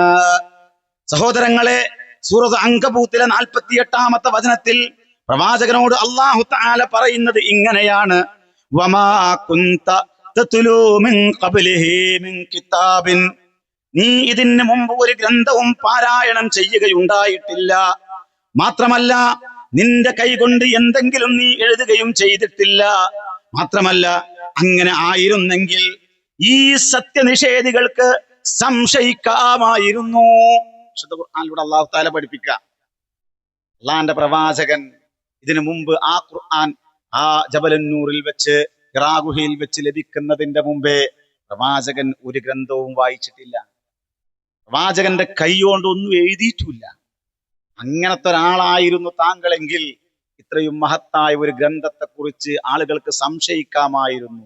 പ്രവാചകന് എഴുത്തും വായനയും അറിയുമായിരുന്നില്ല എങ്കിൽ ഖുർആൻ പ്രവാചകന്റെ രചന തന്നെയാണ് എന്നവർക്ക് വാദിക്കാമായിരുന്നു. പ്രവാചകൻ അത് അറിയുമായിരുന്നു എങ്കിൽ പ്രവാചകൻ കൊണ്ടുവന്ന ആ ആദർശം അംഗീകരിക്കാൻ അവർക്ക് മനസ്സ് വന്നില്ല. അതിന് കാരണം എന്തായിരുന്നു? വജദ്നാ അലൈഹി ആബാഅനാ, ഞങ്ങളുടെ പിതാക്കന്മാരൊക്കെ ചെയ്തു പോന്നതിനെ അതിന് എതിരാണത് എന്നതുകൊണ്ടാണ്. അല്ലാതെ പ്രവാചകനെ വിശ്വാസമില്ലാത്ത അമീനാണ് അതുവരെ. സൂചിപ്പിക്കുന്ന സഹോദരങ്ങളെ, പ്രവാചകന്മാരൊക്കെ നേരിട്ട പ്രശ്നം ഇത് തന്നെയായിരുന്നു. പരമ്പരാഗതമായി ഞങ്ങൾ തുടർന്നു വരുന്ന ആചാരങ്ങളും അതുപോലെ തന്നെ അത്തരത്തിലുള്ള അനുഷ്ഠാനങ്ങളും ഉപേക്ഷിക്കുവാൻ ഞങ്ങൾക്ക് കഴിയില്ല. ഞങ്ങളുടെ പിതാക്കന്മാരുടെ വഴി തന്നെ ഞങ്ങളും സ്വീകരിക്കും. അവർ വഴികേടിലാണ് എങ്കിൽ ഞങ്ങളും അങ്ങനെയാകട്ടെ എന്ന വാദമായിരുന്നു അവരുടേത്. അതുകൊണ്ടാണ് അവർ ഈ സത്യം അംഗീകരിക്കാതിരുന്നത്. ഞാൻ സൂചിപ്പിക്കുന്നത് പ്രിയപ്പെട്ടവരെ, ഈ ഖുർആനിനെ നമുക്ക് നെഞ്ചേറ്റാൻ സാധിക്കണം. ആ ഖുർആനുമായി നിരന്തരം ബന്ധമുണ്ടാവണം. അതിനെ നമ്മൾ അവഗണിച്ചാൽ കൃത്യമായി നാളെ പാരത്രിക ലോകത്ത് നമ്മൾ പരാജയപ്പെടും എന്നതിൽ യാതൊരു സംശയവുമില്ല. നമുക്ക് സാധിക്കുന്നുണ്ടോ എന്ന് ആലോചിക്കുക. നമ്മളെ വീട്ടില് നമ്മളിങ്ങനെ മൊബൈൽ ഫോൺ ഇങ്ങനെ എടുത്തിട്ട് ഒരു ദിവസം പത്രം വായിച്ചിട്ടില്ലെങ്കിൽ ഉള്ളൊരു അസ്വസ്ഥത. ഇന്ന് വായന കുറവാണ് ആളുകൾ. പക്ഷെ മൊബൈൽ ഫോൺ എടുത്തിട്ട് ഒരു 5 മിനിറ്റ് ഞാൻ നോക്കട്ടെ എന്ന് വിചാരിച്ച് ആ 5 മിനിറ്റ് കൊണ്ട് ആരെങ്കിലും അത് അവസാനിപ്പിക്കലുണ്ടോ? 5 മിനിറ്റ് ചിലപ്പോ 10 മിനിറ്റ് ആവാം, 1 മണിക്കൂറാവാം. ഭക്ഷണത്തിന് വിളിച്ചാലും ഇപ്പൊ വരാന്ന് പറഞ്ഞ് വീണ്ടും 1.5 മണിക്കൂറാകാം, 2 മണിക്കൂറാവാം. കൗതുകമുള്ളത് കേട്ടും കണ്ടും നമ്മൾ അങ്ങനെ അനുഭവിച്ചിരിക്കുക. എന്നാൽ ആ ഖുർആൻ ഇങ്ങോട്ട് എടുക്കുമ്പോഴോ ഒരു പേജ് ഓതട്ടെ എന്ന് വിചാരിച്ചിട്ട് ഒരു പേജ് മുഴുവനാക്കാൻ സാധിക്കലുണ്ടോ? അപ്പോഴേക്ക് ഇബ്ലീസ് വരും. സഹോദരങ്ങളെ, പിശാച് നമ്മളെ പിടികൂടും. അവിടങ്ങളിൽ നമ്മുടെ മനസ്സിനെ പാകപ്പെടുത്തി കൃത്യമായി അള്ളാഹുവിന്റെ കലാമ് പഠിക്കുകയും ആ നിലക്ക് അതിലേക്ക് അടുക്കുകയും ചെയ്യണം. അതിന് പറ്റിയ ഏറ്റവും പുണ്യകരമായ ദിനരാത്രങ്ങളാണ് നമ്മുടെ പടിവാതിൽക്കൽ എത്തി നിൽക്കുന്നത്. നമ്മൾ പാരായണം ചെയ്യുന്ന ഖുർആനിന്റെ ആ ആയത്തുകൾ നമുക്ക് വേണ്ടി പരലോകത്ത് ശുപാർശ പറയുമത്രേ. ഖുർആനിന്റെ ആയത്തുകൾ നമുക്ക് വേണ്ടി അള്ളാഹുവിനോട് റെക്കമെൻഡ് പറയുമത്രേ. ആ റെക്കമെൻഡ് അല്ലാഹു തആല സ്വീകരിക്കുമത്രേ. ഒരു റമളാൻ നമ്മുടെ പടിവാതിൽക്കൽ എത്തി നിൽക്കുമ്പോ നമ്മളൊരു തീരുമാനമെടുക്കുക. പടച്ചോനെ, ഈ റമളാനിലെങ്കിലും എനിക്ക് ആ രൂപത്തിൽ ഒരു മാറ്റം വരണം. എന്റെ ജീവിതത്തിൽ വന്നുപോയ പാകപ്പിഴകളൊക്കെ ഒന്ന് പുറത്തു കിട്ടണം. അതിനാദ്യം വേണ്ടത് എന്താ സഹോദരങ്ങളെ? നമ്മുടെ ജീവിതത്തിൽ വന്ന തെറ്റുകളൊക്കെ ഒന്ന് കഴുകിക്കളയാൻ. ഇപ്പൊ റമളാനിന് വേണ്ടി ഒരുങ്ങിയിട്ടുണ്ടോ എന്ന് ചോദിച്ചാല് എല്ലാവരും ഒരുങ്ങിയിട്ടുണ്ട് എന്നാ. എന്താ ഒരുക്കം? അരിയും മല്ലിയും മുളകും ഒക്കെ പൊടിച്ചു വെച്ചിട്ടുണ്ട്. മുസ്ലിം വീടുകളിലൊക്കെ ചെന്ന് നോക്കിയാല് നല്ല ചോന്ന മുളക് ഉണക്കാട്ടിട്ടുണ്ട്, മല്ലി ഉണക്കാട്ടിട്ടുണ്ട്. അങ്ങനെ എല്ലാ സാധനങ്ങളും റെഡിയാണ്, പൊടിച്ചൊരു മാസത്തേക്ക് വെച്ചിട്ടുണ്ട്. വീട്ടിലുള്ള എല്ലാ ചെറിയ സാധനങ്ങളും പുറത്തേക്ക് ഇട്ടിട്ട് തേച്ചു മൂറി വെച്ചിട്ടുണ്ട്. പള്ളികളും മദ്രസകളും വീടുകളും ഒക്കെ മിനുക്കി തുടച്ചു വെച്ചു. പക്ഷേ അതിന് മുന്നേ നമ്മൾ ചെയ്യേണ്ടത് നമ്മുടെ മനസ്സിനെ ഒന്ന് ക്ലിയർ ആക്കണം. കാരണം അള്ളാന്റെ പ്രവാചകൻ ഇതുപോലെ ഒരു ശഅബാൻ മാസത്തിന്റെ അവസാനത്തിൽ അള്ളാന്റെ പ്രവാചകൻ നടത്തിയ ഒരു ഖുതുബയുണ്ട്. ആ ഖുതുബയിൽ അള്ളാന്റെ പ്രവാചകൻ പറഞ്ഞത്, നിങ്ങൾക്കിതാ അതിമഹത്തായതും അനുഗ്രഹീതവുമായ ഒരു മാസം തണലിടാൻ പോവുകയാണ്. ആ മാസത്തെ നിങ്ങൾ കൃത്യമായി സ്വീകരിക്കണം. അതിലെ രാത്രി നമസ്കാരം നിങ്ങൾക്ക് സുന്നത്താക്കിയിരിക്കുന്നു, അതിലെ നോമ്പ് നിങ്ങൾക്ക് ഫറളാക്കിയിരിക്കുന്നു. നിങ്ങൾ ഒരു കർമ്മം ചെയ്യുകയാണ് എങ്കിൽ അതിനതാ ഒരു ഫറളിന്റെ പ്രതിഫലം ലഭിക്കുന്നു. ഒരു സുന്നത്ത് ചെയ്താൽ അങ്ങനെ ഒരുപാട് പ്രതിഫലം ലഭിക്കുന്ന ഒരു മാസം നിങ്ങൾക്ക് വരാൻ പോവുകയാണ്. അതുകൊണ്ട് പ്രിയപ്പെട്ടവരെ, നമ്മുടെ മനസ്സിനെ പാകപ്പെടുത്തുക. മാത്രമല്ല, പരിശുദ്ധ റമളാൻ ആഗതമാകുമ്പോൾ അല്ലാഹുവിന്റെ പ്രവാചകൻ പഠിപ്പിച്ചത്, റമളാനിന്റെ 1-ാമത്തെ രാത്രി ആഗതമായാൽ, മാസം കണ്ടു എന്ന അറിയിപ്പ് കിട്ടിക്കഴിഞ്ഞാൽ ആകാശ ലോകത്ത് നടക്കുന്ന ചില അത്ഭുതങ്ങളുണ്ട്. അതേ അല്ലാഹുവിന്റെ പ്രവാചകൻ പഠിപ്പിച്ചു. മാസം കണ്ടു എന്ന റമളാനിലെ 1-ാമത്തെ രാത്രി ആഗതമായാൽ ആകാശ ലോകത്തതാ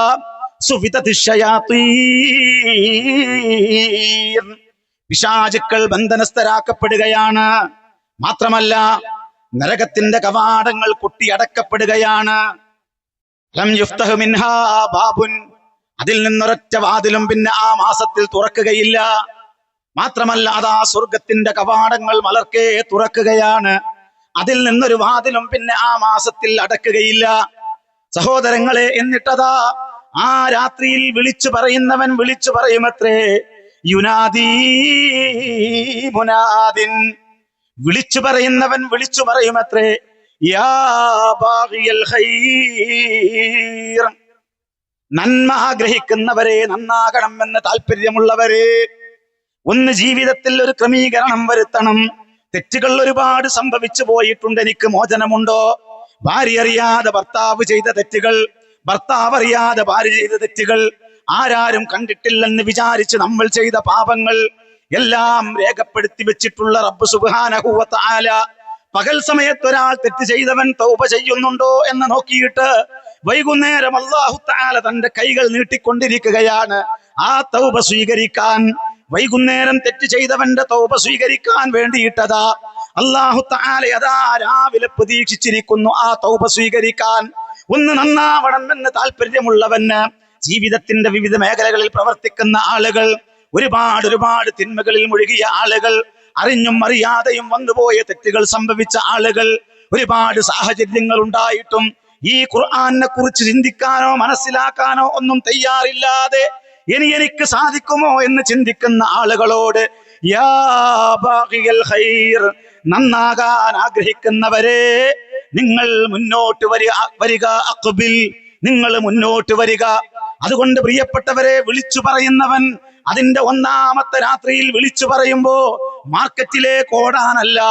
അതേ പ്രിയപ്പെട്ടവരെ, പള്ളികളിൽ നമ്മൾ ഉണ്ടാവണം, ഖുർആനുമായി ബന്ധമുണ്ടാവണം, ഖുർആൻ നമ്മൾ നെഞ്ചേറ്റണം, അതിന്റെ പാരായണം നമ്മൾ കൃത്യമായി തുടങ്ങണം, അത് കൃത്യമായി പറയുന്നത് എന്താണെന്ന് മനസ്സിലാക്കാൻ സാധിക്കണം, അതിന്റെ പഠനം നടക്കണം, അതിന്റെ മനനം നടക്കണം, അതുമായി ബന്ധപ്പെട്ട ചിന്തകൾ ഉണ്ടാവണം, അതുമായി ബന്ധപ്പെട്ട ചർച്ചകൾ ഉണ്ടാവണം, അതുമായി ബന്ധപ്പെട്ട മുഴുവൻ സദസ്സുകളിലും നമ്മൾ ഉണ്ടാവണം. ആ അനുഗ്രഹത്തിന് പാത്രീഭൂതരാകണം. മാത്രമല്ല, ആ രാത്രിയിൽ നടക്കുന്ന മറ്റൊരു കാര്യമുണ്ട്. അതെ, അള്ളാന്റെ പ്രവാചകൻ പഠിപ്പിക്കുകയാണ്, വിളിച്ചു പറയുന്നവൻ വീണ്ടും വിളിച്ചു പറയുമത്രേ, യാ ബാഗിയ ശർ, തിന്മ ചെയ്യുന്നവരെ, തിന്മ ആഗ്രഹിക്കുന്നവരെ, തിന്മ ഉദ്ദേശിച്ചവരെ, അക്സിർ, ഒന്ന് മതിയാക്കിക്കൂടെ, ഒന്ന് നിർത്തിക്കൂടെ. തെറ്റ് ചെയ്യുന്ന മനുഷ്യ, അതൊന്ന് നിർത്തിവെക്ക്. കാരണം വലില്ലാഹി ഉത്ഖാഉ മിനന്നാർ, ധാരാളം ആളുകളെ അല്ലാഹു തആല നരകത്തീയിൽ നിന്ന് മോചിപ്പിക്കുന്ന ദിവസമാണത്. പ്രിയപ്പെട്ടവരെ, നമ്മൾ ഉണ്ടാവണം, നമ്മുടെ മക്കൾ ഉണ്ടാവണം, കുടുംബസമേതം നമ്മൾ പള്ളികളിലെത്തണം, കുടുംബസമേതം ഖുർആനുമായി ബന്ധമുണ്ടാവണം. നിരന്തരം ആവർത്തിച്ചത് പറയാൻ കാരണം, പലപ്പോഴും നമ്മുടെ സമൂഹം ഈ ഖുർആൻ അവതീർണമായ മാസമായിട്ട് പോലും ഖുർആനുമായി യാതൊരു ബന്ധവുമില്ല. പ്രിയപ്പെട്ടവരെ, നിങ്ങളൊന്ന് ചിന്തിച്ചു നോക്കോ, നമുക്കൊക്കെ ഒരു മരണമുണ്ടല്ലോ, നിശ്ചയിക്കപ്പെട്ട നിശ്ചലത എന്ന് പറയുന്ന ഒരു മരണം. ഒന്ന് ആലോചിച്ചു നോക്കൂ, ഞാനും നിങ്ങളും, എനിക്കും നിങ്ങൾക്കും അങ്ങനെ ഒരു യാത്ര പോകാനുണ്ട്. നമ്മുടെ എല്ലാ തിരക്കുകളും മാറ്റിവെച്ച് ഹത്താ ഇദാ ജാ അജലുഹാ, ആ അജലെത്തിക്കഴിഞ്ഞാൽ പിന്നെ ഒരു നിമിഷം പോലും നമ്മളെ ബാക്കിയാക്കുകയില്ല. ഇ.കെ. എമ്പന്നൂർ അദ്ദേഹത്തിന്റെ ഒരു കാവ്യസമാഹാരത്തിൽ പറഞ്ഞില്ലേ, മനുഷ്യന്റെ ജീവിതത്തെ കുറിച്ച് അവൻ ഒരുപാട് ചെയ്യാനുണ്ട് എന്ന് വിചാരിച്ച് അതേ അവൻ അങ്ങനെ വിഹരിക്കുകയാണ്. ആ രൂപത്തിൽ ചിന്തിച്ച് അവൻ ഭൗതികത നേടാൻ വേണ്ടി അവൻ ഇങ്ങനെ വെമ്പൽ കൊള്ളുകയാണ്. ചുമരിലെ ഒരു ഘടികാരം പോലെ മനുഷ്യന്റെ ആയുസ്സിനെ അദ്ദേഹം വർണ്ണിക്കുന്നുണ്ട്. ചുമരിൽ ഒരു ഘടികാരം തൻ സൂചിയിളക്കിക്കൊണ്ട് പറഞ്ഞു, മനുഷ്യ നിൻ ജീവിത സമയം ചെത്തി നുറുക്കും ഞാൻ, നിന്നുടെ മരണത്തിൻ സമയമളന്ന് കുറിക്കുകയല്ലോ ഞാൻ. ഓരോരോ നിമിഷവും ആയിരം അഭിലാഷങ്ങളുമായി മനുഷ്യൻ ഓടുന്നു ജീവിത വിജയം നേടിയെടുക്കാനായി. ആഖിറ നാളിൻ സ്ഥിതി ഓർക്കാൻ തെല്ലും നേരമതില്ലല്ലോ.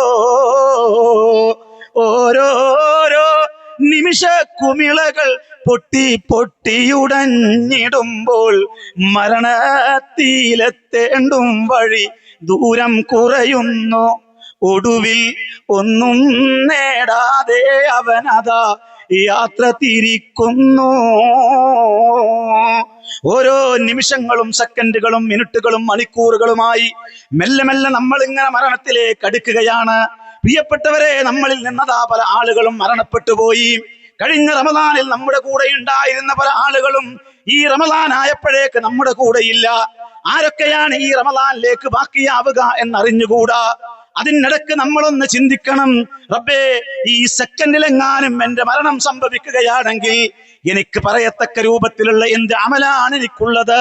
അതെ, എന്റെ ചുറ്റുപാടും ഒരു പക്ഷേ ഞാൻ മരിച്ചു കിടക്കുമ്പോ എന്റെ സ്വീകരണ മുറിയിൽ എന്റെ ബന്ധുക്കൾ ചുറ്റുപാടും വിലപിക്കുന്നുണ്ടാവാം, പ്രിയതമ കരയുന്നുണ്ടാവാം, മാതാപിതാക്കൾ അവരതാ സങ്കടപ്പെടുന്നുണ്ടാവാം, പറക്കമുറ്റാത്ത മക്കളതാ തേങ്ങിക്കരയുന്നുണ്ടാവാം. അവർക്ക് ഒന്നും ചെയ്തു തരാൻ സാധിക്കുന്നില്ലല്ലോ. നിശ്ചയിക്കപ്പെട്ട നിശ്ചലതയാണത്. എന്റെ അലമാറയിൽ ഒരു പക്ഷേ എന്റെ വാഹനത്തിന്റെ താക്കോലുണ്ടാവാം, എന്റെ വീടിന്റെ ആധാരമുണ്ടാവാം, എന്റെ ശമ്പളത്തിന്റെ വിഹിതമുണ്ടാവാം. അതൊന്നും എനിക്കവിടെ ഉപകരിക്കുന്നില്ല. ആർക്കും ഒന്നും ചെയ്തു തരാൻ സാധിക്കുന്നില്ല. അല്പസമയം കഴിഞ്ഞതാ വാപ്പാനെ എങ്ങോട്ട് കൊണ്ടുപോകുന്നു എന്ന് ചോദിക്കുന്നതിന് പകരം മയ്യത്തെപ്പോഴാണ് എടുക്കുക എന്ന ചോദ്യം വരുന്നു. കുളിപ്പിക്കാനുള്ള സമയമതാ കൃത്യമായി നിശ്ചയിക്കപ്പെടുന്നു. സിറ്റ് ഔട്ടിന്റെ തൂണിലതാ ഒരു കൃത്യമായ A4 ഷീറ്റിൽ പ്രിന്റ് ഔട്ട് അതാ ഒട്ടിച്ചു വെക്കുന്നു. മയ്യത്ത് നമസ്കാരത്തിന്റെ സമയം ആളുകൾ അറിയിക്കുന്നു. കുളിപ്പിക്കുന്ന സമയത്ത് ഞാൻ ധരിച്ച ഈ ഒരു ഡ്രസ് അതാ എന്റെ കൈകൾ കൊണ്ട് ഞാൻ ഇഷ്ടപ്പെട്ട ഡ്രസ് ധരിക്കുമ്പോ, അതെ, ഞാൻ വാങ്ങിയിട്ടില്ലാത്ത ഒരു ഡ്രസ് അതാ എനിക്ക് വേണ്ടി ആരോ വാങ്ങിച്ചു കൊണ്ടുവന്ന് എന്നെ അതാ ആ കഫം പുടവയിൽ പൊതിയൊന്ന് കുളിപ്പിച്ച് കഴിഞ്ഞ് മറ്റാരോ എന്നെ കുളിപ്പിക്കുന്നു. എനിക്കൊന്നും ചെയ്യാൻ സാധിക്കുന്നില്ല. ആർക്കും എനിക്ക് വേണ്ടി ഈ ഭൗതിക ലോകത്ത് ആഖിറത്തേക്ക് വേണ്ടി ഒന്നും ചെയ്തു തരാൻ സാധിക്കുന്നില്ല. പ്രിയപ്പെട്ടവരെ, അങ്ങനെ അതാ പള്ളിയുടെ മിഹ്റാബിൽ കൊണ്ടുപോയി വെക്കുന്നു. മയ്യത്ത് നമസ്കരിക്കാൻ വേണ്ടിയിട്ട് ആളുകളോടതാ ആഹ്വാനം നടത്തുന്നു. കടം വല്ലതുമുണ്ടോ? ഇന്ന ആളുകൾ അത് ഏറ്റെടുത്തിട്ടുണ്ട് എന്ന അറിയിപ്പ് നൽകുന്നു. മരണത്തെക്കുറിച്ചതാ ഉത്ബോധിപ്പിക്കുന്നു. ചില സന്ദർഭങ്ങളിൽ ചില ആളുകൾ ഒരു വെറും വർത്തമാനം പറയാറുണ്ട്. ഈ വ്യക്തിയതാ എന്തെങ്കിലും അനിഷ്ടകരമായി ഇദ്ദേഹത്തിൽ നിന്നുണ്ട് എങ്കിൽ ഈ അവസ്ഥയോർത്തുകൊണ്ട് നിങ്ങൾ പൊരുത്തപ്പെട്ടു കൊടുക്കണേ എന്ന് പറയുന്നു. ഒരു വെറും വർത്തമാനമാണത്. ഈ കിടക്കുന്ന മനുഷ്യൻ പൊരുത്തപ്പെട്ടു കൊടുക്കേണ്ട ഒരുപാട് ആളുകൾ അവിടെ നിൽക്കുന്നുണ്ട്. പ്രിയപ്പെട്ടവരെ, അങ്ങനെയതാ ആ ഖബറിലേക്ക് കൊണ്ടുപോയി വെക്കുന്നു. മയ്യത്ത് നമസ്കാരം കഴിഞ്ഞ് ബിസ്മില്ലാഹി അലാ മില്ലത്തി റസൂലില്ലാ എന്ന് പറഞ്ഞ ഈ പോഡിയത്തിന്റെ അത്ര വീതിയുള്ള ഒരു ഖബറിലേക്ക് അതാ ചെറിയ കുഴിയിലേക്ക് നമ്മളെ ഇറക്കി വെക്കുന്നു. ആ സമയത്ത് ആ മകന്റെ പോക്കറ്റിൽ നിന്ന് 1 രൂപയുടെ നാണയമെങ്ങാനും ആ ഖബറിലേക്ക് ചാടിയാൽ എന്റെ ഉമ്മാക്ക് ഉപകരിക്കുമെങ്കിൽ അതവിടെ കിടക്കട്ടെ എന്ന് വെക്കുന്നില്ല. വാപ്പാക്ക് ഉപകരിക്കുമെങ്കിൽ അവിടെ കിടക്കട്ടെ എന്ന് വെക്കുന്നില്ല. അതുപോലും തിരിച്ചെടുക്കുകയാണ്. ആ മൂടുകല്ല് വെച്ച് അതേ നനഞ്ഞ മണ്ണുകൊണ്ട് എല്ലാ ദ്വാരങ്ങളും അടച്ചുകൊണ്ട് ആളുകൾ 3 പിടി മണ്ണിട്ടുകൊണ്ട് തസ്ബീഹ് ചൊല്ലുന്നു. ആളുകൾ തിരിച്ചു പോരുന്നു. പിന്നെ കാണുന്ന കാഴ്ച ആ കാഴ്ചയല്ല, പിന്നെയുള്ള അനുഭവം ആ അനുഭവമല്ല, പിന്നെയുള്ള കേൾവി ആ കേൾവിയല്ല. മലായികത്തുകൾ വരുന്നു. പ്രിയപ്പെട്ടവരെ, മൻ റബ്ബുക എന്ന ചോദ്യമുണ്ടാകുന്നു.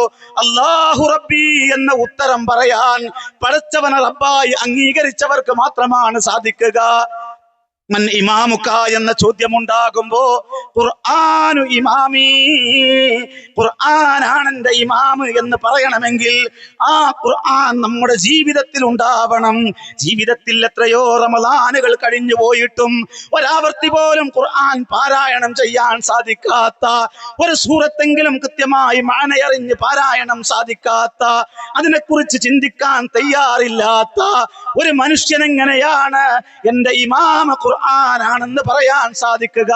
ആലോചിക്കണം പ്രിയപ്പെട്ടവരെ. അവിടുന്ന് അങ്ങോട്ടൊരാളും സഹായികളില്ല. ഒറ്റക്കൊറ്റക്ക് റബ്ബിന്റെ കോടതിയിൽ നമ്മളതാ വിചാരണക്ക് വിധേയമാവുകയാണ്. മഹ്ശറയിൽ അതാ നമുക്ക് കൃത്യമായ വിചാരണ നേരിടേണ്ടതുണ്ട്. അവിടെ ആളുകളെ സ്വർഗത്തിലേക്കും നരകത്തിലേക്കും വേർതിരിക്കുന്ന സമയത്ത് പ്രിയപ്പെട്ടവരെ, നരകത്തിൽ ആവധിക്കുന്ന ചില ആളുകളുണ്ട്. അതാരാണെന്നറിയുമോ? എത്രയോ അവസരങ്ങൾ കിട്ടിയിട്ട് ഖുർആൻ പഠിക്കാൻ താല്പര്യമില്ലാതെ, ഖുർആൻ പഠിക്കാൻ അവസരമുണ്ടായിട്ടും അവഗണിച്ച് തൽകളഞ്ഞിട്ടുള്ള ആളുകൾ, നിഷേധികളായി ജീവിച്ച ആളുകൾ, ഈ കലാമിനെ അവഗണിച്ചു പോയ ആളുകൾ, റബ്ബിനെ ധിക്കരിച്ചു പോയ ആളുകൾ, അവർ നരകത്തിൽ ഇങ്ങനെ ആപതിക്കുന്ന നേരത്ത് അവിടെ വെച്ച് മുറവിളി കൂട്ടുമത്രേ, വല്ലദീന കഫറൂ ലഹും നാറു ജഹന്നം ലാ യുഖ്ലാ അലൈഹിം ഫയമൂത് ഫലാ യുഖഫഫു അൻഹും മിൻ അദാബിഹാ കദാലിക നജ്സി കുല്ല കഫൂർ. എല്ലാ നിഷേധികളും ആ നരകത്തിൽ ഇങ്ങനെ ആപതിക്കുന്ന നേരത്ത് അവിടെ വെച്ച് ഇങ്ങനെ മുറവിളി കൂട്ടുന്ന ഒരു രംഗമുണ്ട്. നരകത്തിൽ ഇങ്ങനെ തിളച്ചു മറിയുമ്പോ അവര് പറയുമത്രേ, റബ്ബനാ അഖ്രിജ്നാ, അല്ലാഹുവേ ഈ നരകത്തിൽ നിന്ന് നീ ഞങ്ങളെ ഒന്ന് പുറത്തെടുത്ത് തരികയാണെങ്കിൽ ഗൈറല്ലദീ കുന്നാ നഅമൽ, ഇതുവരെ ഞങ്ങൾ ചെയ്തിട്ടില്ലാത്ത നല്ല നല്ല സൽക്കർമ്മങ്ങൾ ചെയ്തു വരാം റബ്ബേ. പടച്ചവനോട് ഇങ്ങനെ വിലപിക്കുമത്രേ. ആ സമയത്ത് അല്ലാഹു സുബ്ഹാനഹു വ തആല തിരിച്ചു ചോദിക്കുന്ന ഒരു ചോദ്യമുണ്ടത്രേ, ഈ ഭൂമിപ്പുറത്ത് നിനക്ക് ജീവിക്കാൻ തക്ക രൂപത്തിലുള്ള ഒരായുഷ്കാലം നിനക്ക് നൽകിയില്ലേ എന്ന ചോദ്യം. അവലം നുഅമ്മിറുക്കും, അവലം നുഅമ്മിറുക്കും, നിനക്ക് നാം ആയുസ് നൽകിയില്ലേ? പ്രിയപ്പെട്ടവരെ, എനിക്കും നിങ്ങൾക്കും അല്ലാഹു തന്ന ആയുസ് ഒന്ന് കണക്കൊന്ന് കൂട്ടി നോക്കൂ. ഓർമ്മ വെച്ച നാള് മുതൽ എത്രയാണ് നമ്മൾ ഖുർആനുമായി ബന്ധപ്പെട്ടത് എന്ന് ചിന്തിച്ചു നോക്കൂ. റബ്ബിന് ഇഷ്ടമുള്ള കർമ്മങ്ങൾ എന്താണ് ചെയ്തത് എന്ന് ചിന്തിച്ചു നോക്കൂ. 10, 20, 60, 80 വർഷക്കാലം ഈ ഭൂമിപ്പുറത്ത് ജീവിക്കാൻ തക്ക രൂപത്തിലുള്ള ഒരായുഷ്കാലം നിനക്ക് നൽകിയില്ലേ? മായതദക്കറു ഫീഹി മൻ തദക്കർ, ഒരുപാട് ഉത്ബോധനങ്ങൾ കേട്ടില്ലേ? അതുപോലെ തന്നെ താക്കീതുകൾ കേട്ടില്ലേ? പ്രഭാഷണങ്ങൾ കേട്ടില്ലേ? ഖുതുബകൾ കേട്ടില്ലേ? ആയത്തുകൾ കേട്ടില്ലേ? വജാഅകുമുൻ നദീർ, താക്കീതുകാർ വന്നില്ലേ? പ്രവാചകന്മാർ വന്നില്ലേ? പ്രബോധകന്മാർ വന്നില്ലേ? ഖുർആൻ പഠിക്കാനുള്ള അവസരം ഉണ്ടായില്ലേ? അത് നിന്റെ വീടുകളിൽ ഉണ്ടായിരുന്നില്ലേ? ഏത് വിഷയത്തെക്കുറിച്ചും ഒരു സംശയമുണ്ടെങ്കിൽ സെർച്ച് ചെയ്യാൻ പറ്റുന്ന രൂപത്തിൽ നിന്റെ കൈവെള്ളയിൽ തന്നെ അതാ നിന്റെ മൊബൈൽ ഫോണിൽ അത് ലഭിക്കുന്ന രൂപത്തിൽ നിനക്കതുണ്ടായിരുന്നില്ലേ? ആ സമയത്തൊന്നും നീ ചിന്തിക്കാൻ തയ്യാറായില്ല അല്ലേ? അതുകൊണ്ട് ആസ്വദിച്ചു കൊള്ളുക ശിക്ഷ. അക്രമികൾക്ക് ഇവിടെ സഹായികളില്ലെന്ന് പറഞ്ഞുകൊണ്ട് ആട്ടപ്പെട്ടവനായി ആക്ഷേപിക്കപ്പെട്ടവനായി നരകത്തിലേക്ക് തന്നെ ആപതിക്കുന്ന ഒരു രംഗം വരുന്നുണ്ട് പ്രിയപ്പെട്ടവരെ. അതിന് മുന്നേ നമ്മുടെ ജീവിതം നമ്മൾ ക്രമീകരിക്കണം. ആ രംഗം വരുന്നതിന്റെ മുമ്പേ അല്ലാഹു തആല ഈ നിമിഷം വരെ നമുക്ക് ആയുസ് നൽകിയെങ്കിൽ പ്രിയപ്പെട്ടവരെ ഒരു തീരുമാനമെടുക്കാൻ നമുക്ക് സാധിക്കണം. ആ തീരുമാനം ഒരു നല്ല തീരുമാനമാകണം, ദൃഢമായ തീരുമാനമാകണം. റബ്ബേ, ഈ റമദാനിൽ എനിക്ക് ജീവിച്ചിരിക്കാനുള്ള അവസരം നൽകുകയാണെങ്കിൽ നാഥാ, ആ ഖുർആനുമായി ഞാൻ നിരന്തരം ബന്ധപ്പെട്ടുകൊള്ളാം, എനിക്കൊരിക്കലും ഒരു അമാന്തം സംഭവിക്കുകയില്ല എന്ന തീരുമാനം മനസ്സുകൊണ്ടൊരുങ്ങണം പ്രിയപ്പെട്ടവരെ. കുടുംബത്തെ അതിനു വേണ്ടി ഒരുക്കണം പ്രിയപ്പെട്ടവരെ. കുടുംബസമേതം സ്വർഗത്തിലെത്താൻ നമുക്ക് സാധിക്കണം. നമുക്ക് കഴിയുമോ എന്ന് ആലോചിച്ചു നോക്കൂ. ഈ സെക്കൻഡിലെങ്ങാനും നമ്മൾ മരണപ്പെട്ടാൽ നമ്മുടെ കുടുംബങ്ങൾ നമുക്ക് കുടുംബസമേതം സ്വർഗത്തിലെത്താൻ സാധിക്കുമോ? പ്രിയപ്പെട്ടവരെ, അവധിയെത്തിയാൽ പിന്നെ നീട്ടിത്തരികയില്ലല്ലോ. പണിതീരാത്ത വീടും പറക്കമുറ്റാത്ത മക്കളും വീട്ടിയിട്ടില്ലാത്ത കടങ്ങളും തീർന്നിട്ടില്ലാത്ത ആഗ്രഹങ്ങളും എല്ലാം ബാക്കിയാക്കിയിട്ട് നമുക്കൊരു യാത്ര പോകാനുണ്ടല്ലോ പ്രിയപ്പെട്ടവരെ. അവിടുന്ന് അങ്ങോട്ട് നമുക്ക് പ്രവർത്തിക്കാനുള്ള മേഖലയില്ല. നമുക്ക് ഇപ്പോഴിതാ പ്രവർത്തിക്കാനുള്ള സാഹചര്യമാണ്. അമലുകൾ വർദ്ധിപ്പിക്കാൻ അല്ലാഹു ആയുസ് നൽകിയിട്ടുണ്ട്. അതുകൊണ്ട് നമ്മൾ അത് ഉപയോഗപ്പെടുത്തണം. നമ്മുടെ മക്കളെ ഇതുമായി ബന്ധപ്പെടുത്തണം. ഞാൻ അവസാനിപ്പിക്കുകയാണ് പ്രിയപ്പെട്ടവരെ.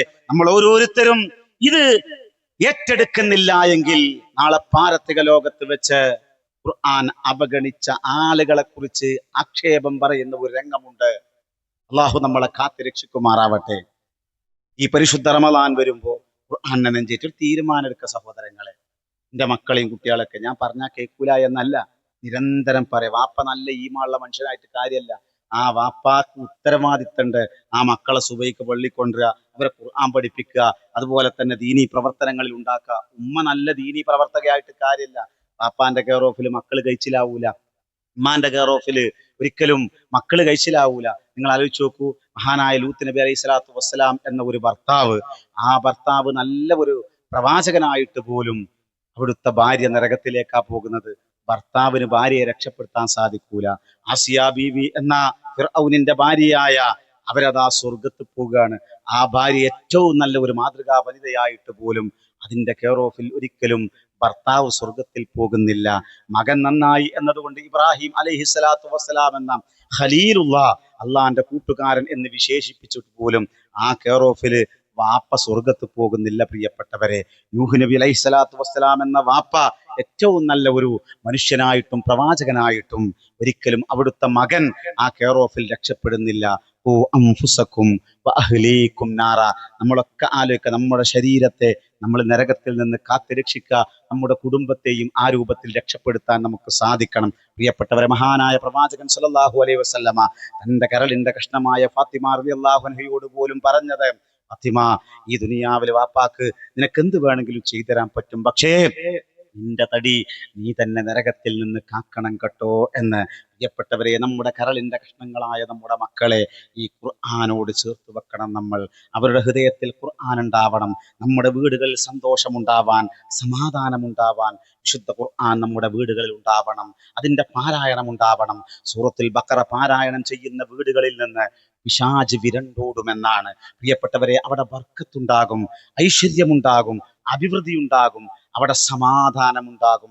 ഖുർആനില്ലാത്ത വീടുകളിൽ അസ്വാരസ്യങ്ങൾ ഉണ്ടാകും. അതുകൊണ്ട് ആ ഖുർആൻ നമ്മുടെ ഹൃദയത്തിന്റെ വസന്തമാകണം. നമ്മുടെ രോഗങ്ങൾക്കുള്ള ശമനൌഷധമാണത്. അതിനെ നെഞ്ചേറ്റാൻ നമ്മൾ ഓരോരുത്തരും തയ്യാറാവുക. അള്ളാഹു അനുഗ്രഹിക്കുമാറാവട്ടെ. ഈ സംസാരവും ഈ ഇരുത്തവുമെല്ലാം നാളെ പാരത്രിക ലോകത്ത് അള്ളാഹു സുബ്ഹാനഹു തആല സ്വീകരിക്കുന്ന ഏറ്റവും നല്ല സൽക്കർമ്മമായി നമ്മളിൽ നിന്ന് കബൂൽ ചെയ്യുമാറാവട്ടെ. ഇതിനുവേണ്ടി ശാരീരികമായും സാമ്പത്തികമായും പ്രാർത്ഥന കൊണ്ടുമൊക്കെ പിന്തുണച്ചിട്ടുള്ള മുഴുവൻ സഹോദരി സഹോദരന്മാർക്കും അള്ളാഹു തആല അർഹമായ പ്രതിഫലം പ്രദാനം ചെയ്യുമാറാവട്ടെ. അള്ളാഹുവെ, ഞങ്ങളിൽ നിന്ന് മരണപ്പെട്ടു പോയിട്ടുള്ള ഞങ്ങളുടെ മാതാപിതാക്കൾ, ഞങ്ങളുടെ ബന്ധുമിത്രാദികൾ, അവർക്കെല്ലാം നീ മഗ്ഫിറത്തും റഹ്മത്തും നൽകി അനുഗ്രഹിക്കണേ റബ്ബേ. ജീവിച്ചിരിക്കുന്ന ഞങ്ങളുടെ മാതാപിതാക്കൾക്ക് ദീർഘായുസ്സും ആരോഗ്യവും മനസ്സമാധാനവും നീ പ്രദാനം ചെയ്യണേ നാഥ.